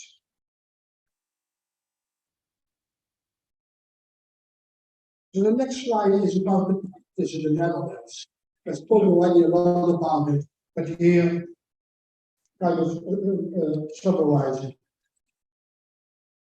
There's really a segregation of culture and social class in Dutch schools, related to the religious schools and related to the early selection and streaming. I think that's really, I'm not the only one. This is really an issue for Dutch politics. In the way it's put that in Dutch schools there's a lot of attention to the well-being of the students. But as I said before, sometimes there's too much attention for that.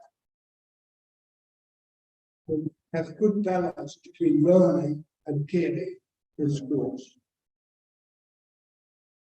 There are interesting examples of student participation in schools. But you cannot say really that it's democratic education involves even more possibilities for students to influence the curriculum, the organization, the culture. In quite a lot of Western countries, also the Netherlands, there's the problem of bullying in the classroom, and also on social media. I don't know how exactly it is in Indonesia, but what I heard sometimes, they also schools have problems with bullying. And we have quite a lot of projects to fight against bullying. I think that's important. And in the Netherlands, we have a lot of focus on child-centered pedagogy, not so much on critical pedagogy. So more oriented than to society.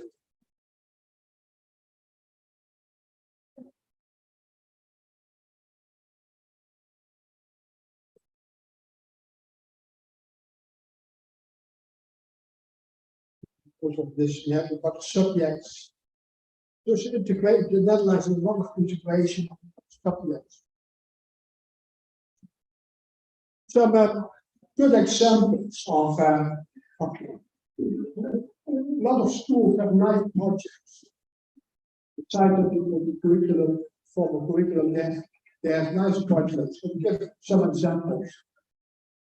First one, mock elections. That means that when there are official elections, students simulate elections in the school. So schools simulate elections for the students. So the students can vote for the party, for the official parties. And often they also do that in primary schools. And then in the Netherlands, we have 20 parties in parliament. How many parties do you have in Indonesia parliament?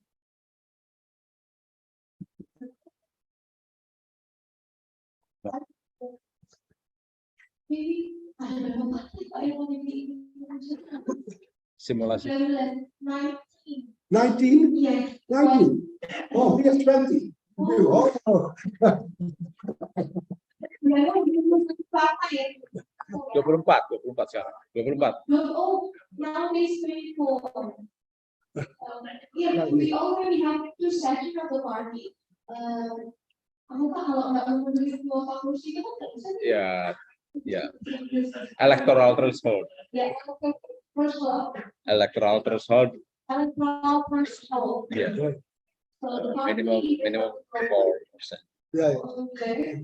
Yeah. So we have quite a lot of parties. And, Yeah. And for example, the United States has only 2 parties. 2 parties, Yeah. big parties. In UK, they have 4 parties. In the Netherlands, we have a lot. A lot. And We have 24. 24. and so and we also have the whole range from populist parties to very left parties, Green parties, and Christian. We have Christian 3 different Christian parties.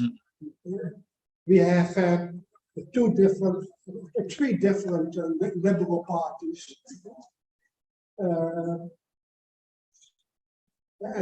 But recent 2 decades, the populist parties in the Netherlands, but also in Europe in general, became quite popular. Yeah. And nowadays, about 1/3 of the voters in the Netherlands they vote for the populist party. So that's quite a lot. And so we have 3 blocks at the moment. So about 1/3 populist party, 1/3 more in the middle, liberal parties and Christian parties, and 1 more on the left, the Social Democratic Party, the Green Party, Socialist Party, the Party of the Animals.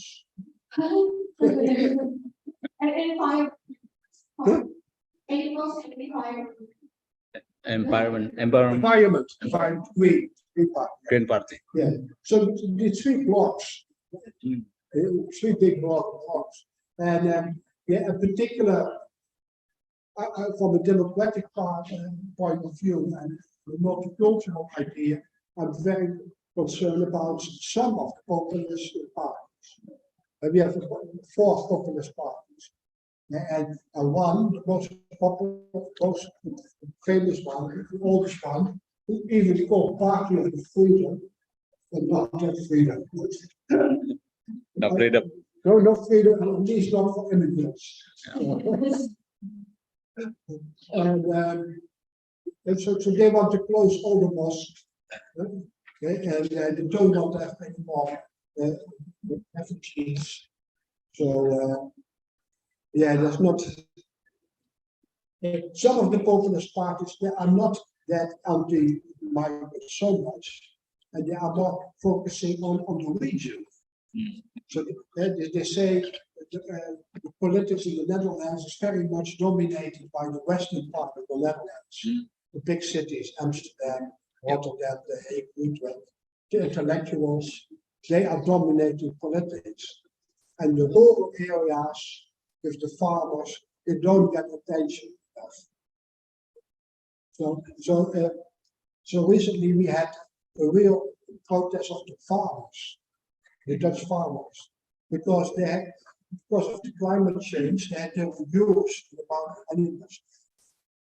And so now the party of the farmers is very strong.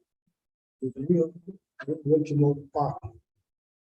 So so schools, they have the mock elections, and that's not always very positive results, because about 20 years ago, the Green Party was very popular among young students, but now the Populist Party is quite popular among students. So that's not very optimistic. And in primary schools, they also often have those elections, and then the party of the animals. Oh yeah. All those rabbits and cats. Best translated. Yeah. Yes, yes. Nanti tadi pertanyaannya ini dijawab dengan 3 slide ya. Pertanyaan pendidikan melalui luar Indonesia itu kan bagi Pancasila bagaimana dengan ada di Eropa gitu. Jawaban dari Prof adalah Eropa itu berfokus pada pembangunan demokrasi dan toleransi kebebasan dalam negara. Nah, sosial dan itu juga begitu di Eropa. Di negara Belanda itu tidak ada mata pelajaran terkait keluarga negara itu tidak ada di Belanda. Tetapi walaupun dalam pembelajaran ilmu sosial. Nah, pada tahun 2006 itu dikeluarkan undang-undang bahwa sekolah harus fokus pada pembelajaran moral demokrasi. Namun setelah 10 tahun ya, 4 tahun berikutnya, jadi TM itu masuk bahwa siswa di Belanda itu masuk ke dalam daftar yang negara tidak berkembang dalam pembelajaran berbasis culture gitu. Nah, kemudian pada tahun 2020 itu dikeluarkan undang-undang bahwa siswa harus fokus pada belajar demokrasi serta berbasis sejarah Belanda dan berkesinambungan dengan kurikulum sekolah yang berbasis moral. Nah, sulit bagi negara Belanda itu untuk improve pendidikan kewarganegaraannya. Nah, negara Belanda ini tak ambil sedikit dan tinggal dari negara Jerman seperti itu. Nah, dan di Indonesia kita punya proyek kewarganegaraan, Prof, dan teman-teman semua. Kalau di negara Belanda juga punya proyek kewarganegaraan ada 6. Yang pertama adalah simulasi pemilihan umum di Belanda, kemudian pendidikan anti-bullying, pendidikan multikultur, pembelajaran berbasis pelayanan, komunitas dalam pembelajaran, serta donasi untuk meningkatkan empati. Jadi proyek kewarganegaraan di Belanda itu lengkap. Kemudian di Belanda kan undang-undang 2021 tadi kan, 2021 tadi intinya adalah sekolah berbasis kebudayaan di Belanda, kemudian pemisahan antara sosial dan budaya di Belanda dalam pembelajaran, kemudian ada mentorship, kemudian adanya partisipasi siswa, namun belum maksimal, kemudian adanya homeschooling di Belanda itu baik di sekolah maupun di sosial media, dan fokus pembelajaran belum pada siswa namun masih pada guru dan belum critical orientation seperti itu. Apakah sudah dipahami juga pertanyaannya tadi? Sudah clear ya? Tadi ada satu yang depan mau nanya. Ya, ya. Ini gimana ya?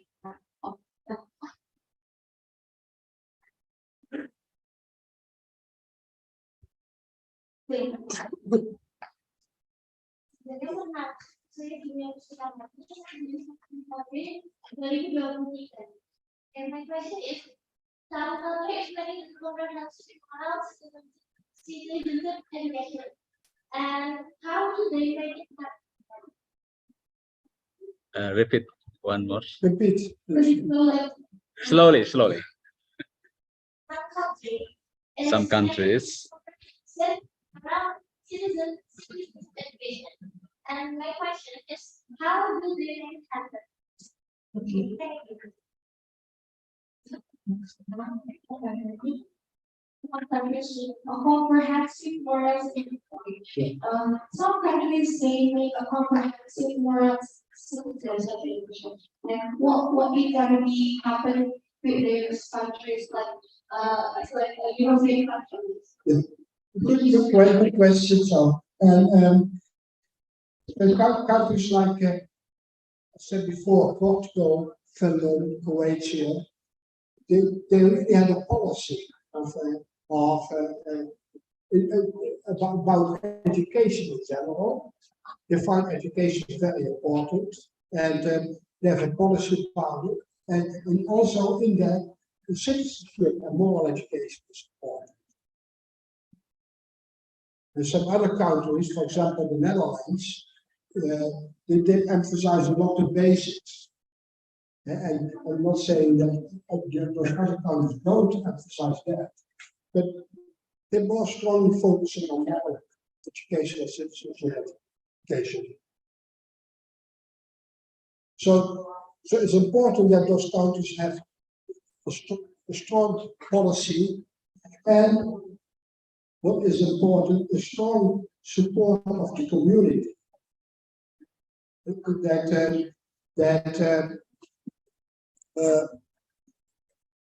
There's not only the politics that are speaking about education, but the whole community is interested in education and health.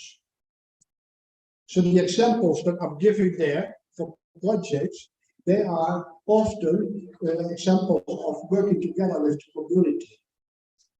And for example, so the multicultural society, the projects that schools have, that they work together with different cultural and religious groups, so that the students can learn about the differences. And many schools have projects on service learning. I don't know if you're familiar with that concept, service learning. But that means that students do activities outside the school. And it's more than only a visit. They really do activities working. And there are some very nice examples.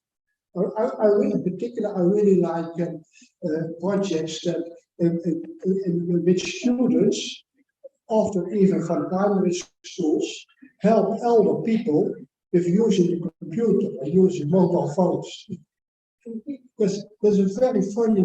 I've seen that the young students are teaching elder people how to work with the computer, how to work with the mobile phone. How to work with the laptop. Yeah. It's a kind of what I call the reverse pedagogy. Oh, pedagogy. The young are teaching the elder. So that kind of projects are very nice. Yeah. But also for making food for the homeless people. And that kind of project. And also activities what we call community work. That students help to organize community activities, sport activities, cultural activities, but also keep helping and cleaning the environment. So that kind of activities. What of the education?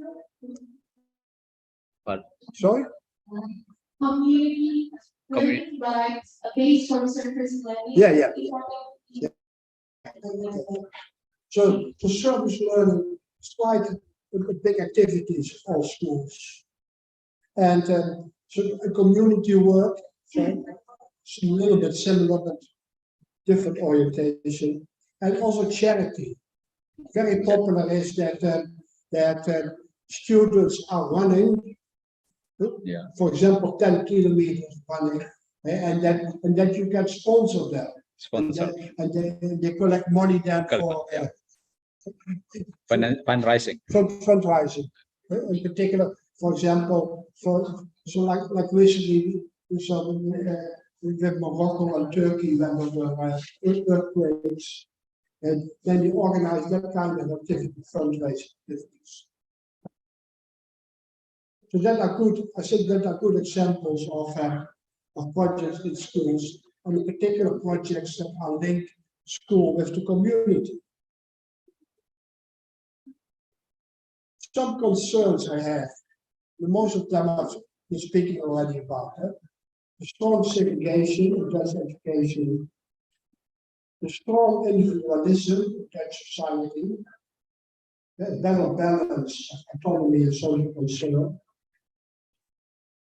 the involvement in society of some groups, for some groups also the weak political participation,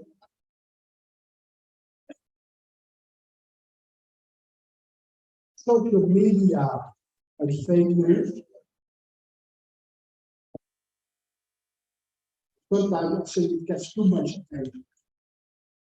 But of course we should pay attention to that. And then the issue, it concerns a little bit to your question about different opinions. And for teachers, it's very difficult to teach about controversial issues.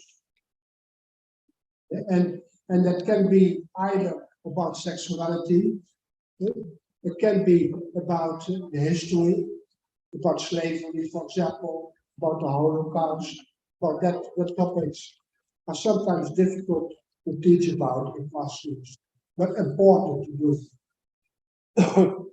Then concerned about the good balance between basics and citizenship, and the balance in policy between steering and control.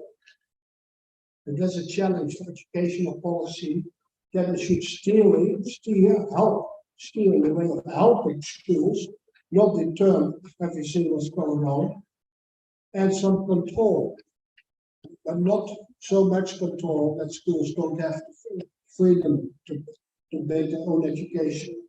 So these are real concerns. And here, this is more idealistic, what I really want.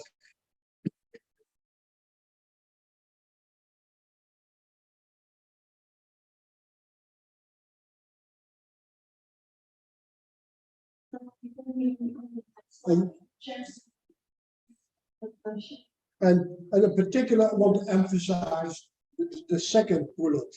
The dialogical, cooperative, and inquiry methodology of teaching and learning. I think that's so important. In many studies, for example, ICCF study, it shows that that is the most important, most influential variable. The more dialogical classroom, the more it is, the better the results on citizenship.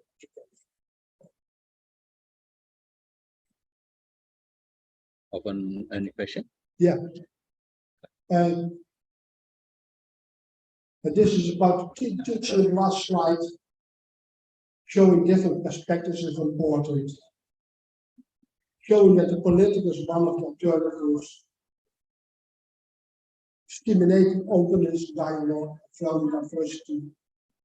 Care about the world, humanity, and democracy. Showing your own values. I think as teacher, it must be good to show your own values. Also, we also have some research projects to ask students what they think about as teachers show their values. And they say it's good. They are human beings, they may show their values. And but they shouldn't stress too much their own values as well. They show the diversity. This is an open access book that published with people from 7 universities in Europe. We had a project together on education for democratic intercultural citizenship. There's open access, you can download it for free.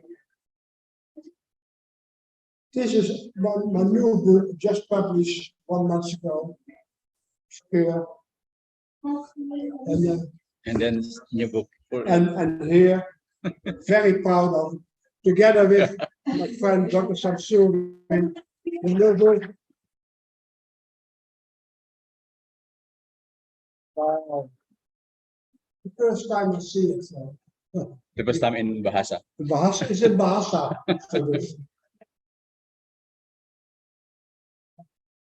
So in the bahasa book, articles of me and also of Dr. Samsuri are about the theory and practice of citizenship education. So many of the ideas we're speaking about today, you can find it in the bahasa, or if you try to go for English, in the English book. Okay. Yes. Thank you for the motion. Let me translate it first. Yeah. Tadi pertanyaannya Kak, banyak sekali aspek dalam belajar dan aspek itu. Nah, di negara-negara Eropa, yang Kroasia itu salah satu negara yang membuat pembelajaran keuangan negara itu berkesinambungan. Kemudian di Belanda itu pendidikan keuangan masih belum berkembang dan belum berfokus pada pembelajaran moral. Nah, penting bagi negara-negara untuk punya kebijakan pendidikan politik saja, melainkan multikultural dan ada moral di dalamnya. Kemudian kan ada laboratorium kewarganegaraan di Belanda ya. Nah, di Belanda itu ada namanya berbagai pelayanan. Jadi visual langsung datang ke pusat pelayanan seperti membuat makanan untuk orang-orang yang tunawisma yang belum punya rumah, supaya mereka buat makanan, kemudian datang ke panti asuhan juga panti jompo, kemudian membuat makanan untuk mereka dan mereka itu adalah keluarga negaraan di dalam Belanda.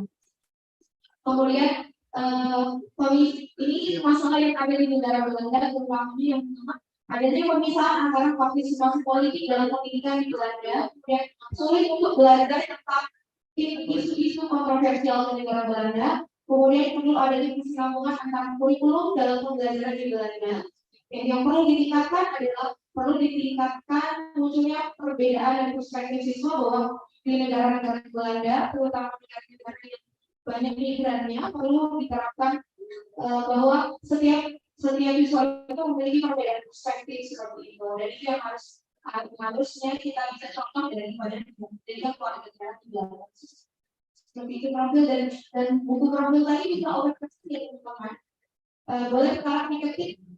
You can also search online. Bisa diketik dulu sekarang, ayo download dulu di Veugelers.com atau www.veugelers.com.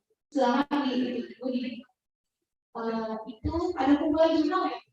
Ada. Research dari Gampang, nanti aja. Oke, ini bisa kita punya, kemudian ini barunya oral and political dimension critical democratic as a definition, karena tadi bahwa pendidikan demokratis di negara Belanda itu beda dengan Indonesia ya, kita begitu kompleks, kita ada orang di situ, kita ada budaya di situ, kita juga belajar orang, tapi di negara Belanda itu belum bisa dikatakan belum seberapa kuat Indonesia ya.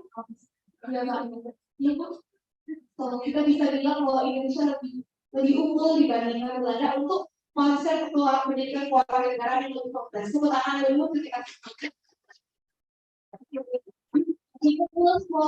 profil dulu.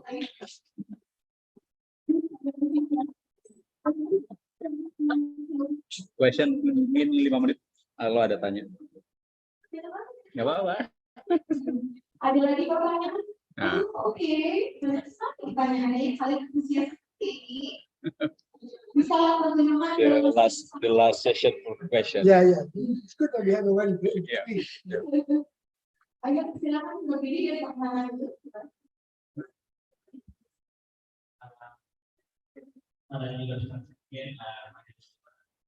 Dewa, his name Dewa.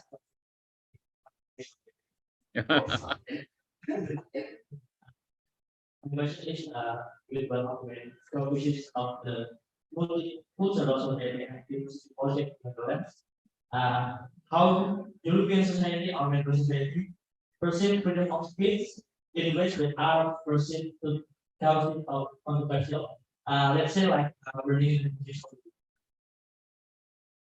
How the Netherlands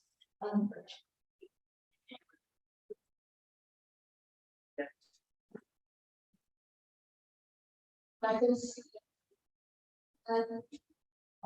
what about the Netherlands community and social community at school who pretending the social issue about pembakaran Bibles ya? Burning. Okay, Burning. burning the holy book, for example, like Bibles of the Europeans. How it's going to happen and what the tips to make it better. Ya kan, gimana cara memperbaikinya dan apa tips yang bisa diambil dari? Okay. Yeah, that's a good point. And personally, I say you never should do things like that. And the form of political argument in the Netherlands, and also in Sweden and Denmark, because there's at the moment more issue, and but people have the freedom of speech to do that. But you always should have a balance between the freedom of speech and being respectful to other people. And yeah, burning books is not respectful for other people. And so if the book should, for example, the books of Hitler, they are not that easy to buy in the Netherlands. And I think that's good. I won't say easy to choose great books, but books in which that you can ask for killing other people, that should be not promoted. And but I'm not an expert on Islam, but I don't think the Quran is that worse. They don't ask for killing. So, and also in the Bible you can find sentences that are not friendly about other groups. And but people shouldn't do that kind of activities. And yeah, I hope it stops.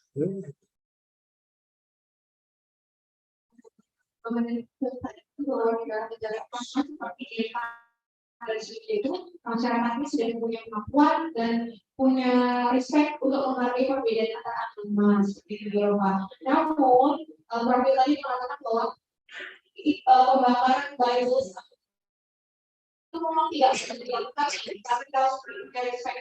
Namun pembatasan buku ada yang dilakukan satu di Belanda, yaitu pembatasan buku konfrontasi itu adalah buku dari Hitler karena ajaran kebencian, dan ini buku ini sulit kita ditemukan di Eropa karena adanya pembatasan gitu. Tapi jika kita apakah itu dimaksud dalam ajaran kebencian? Tentu saja tidak, karena ini adalah preventif dari negara-negara Eropa untuk tidak menggunakan kekerasan seperti itu. Karena di yang kita tadi ada tentang buku yang kita tadi mengajarkan tentang kekerasan, pembunuhan dan lain-lain. Makanya negara Eropa punya aturan untuk buku ini tidak boleh diedarkan di negara Eropa. Hanya itu saja. Buku-buku yang mengandung ujaran kebencian. Tapi untuk kitab suci dan lain-lain itu tidak ada batasan untuk pengaruhnya atau mempelajari buku itu seperti itu. Jadi tidak, everything is good. Well done. That's all about our discussion today. I hope that will stay happy with us. And I want to say that I really like that you ask questions in between. So I wasn't speaking only for 2 hours, and then 50 minutes question. It was nice to have questions in between. It's more a dialogue. So thanks for that. Profil sangat senang video kita dialog video aja nggak bisa. Begitu singkat karena ada komunikasi antara diskusi dan profil. Jadi ini bukan lebih singkat tapi lebih berdialog.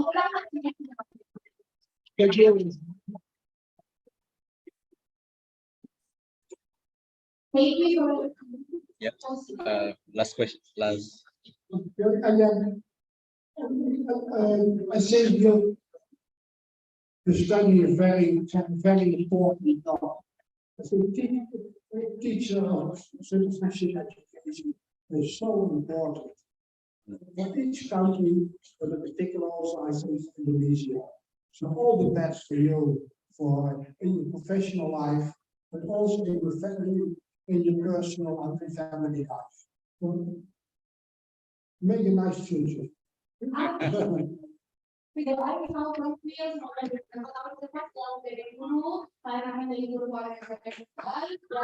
bisa we are so we as we close our today activities. Let's provide defining ethical value or visible and perform understanding of politics citizens. This knowledge is essential for building a just responsible society in the 21st century. Please join me in first. Please acknowledge the essential. Please join me in expressing our heartfelt gratitude from Wiel and our final expert, Bapak Samsuri and Bapak Prof. Nurdiono, dan Bapak Budiono dan Ibu Wiel yang sudah hadir. Jika boleh lebih baik. As we apart ladies, let's remember that the ethical value and moral and political dimension of the secret education are the constant goal for shaping the responsible technical people of the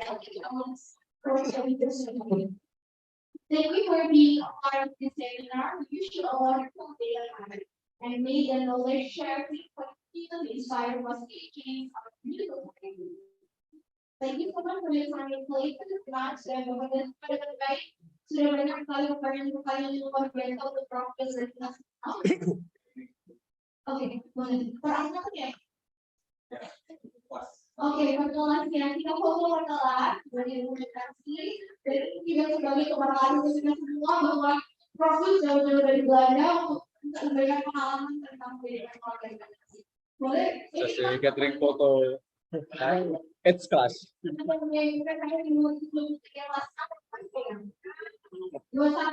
ada berapa kan? 21 ada. 22 ada. 23 semua ini, Mbak. Dan 23. A dan B. Kita mulai dari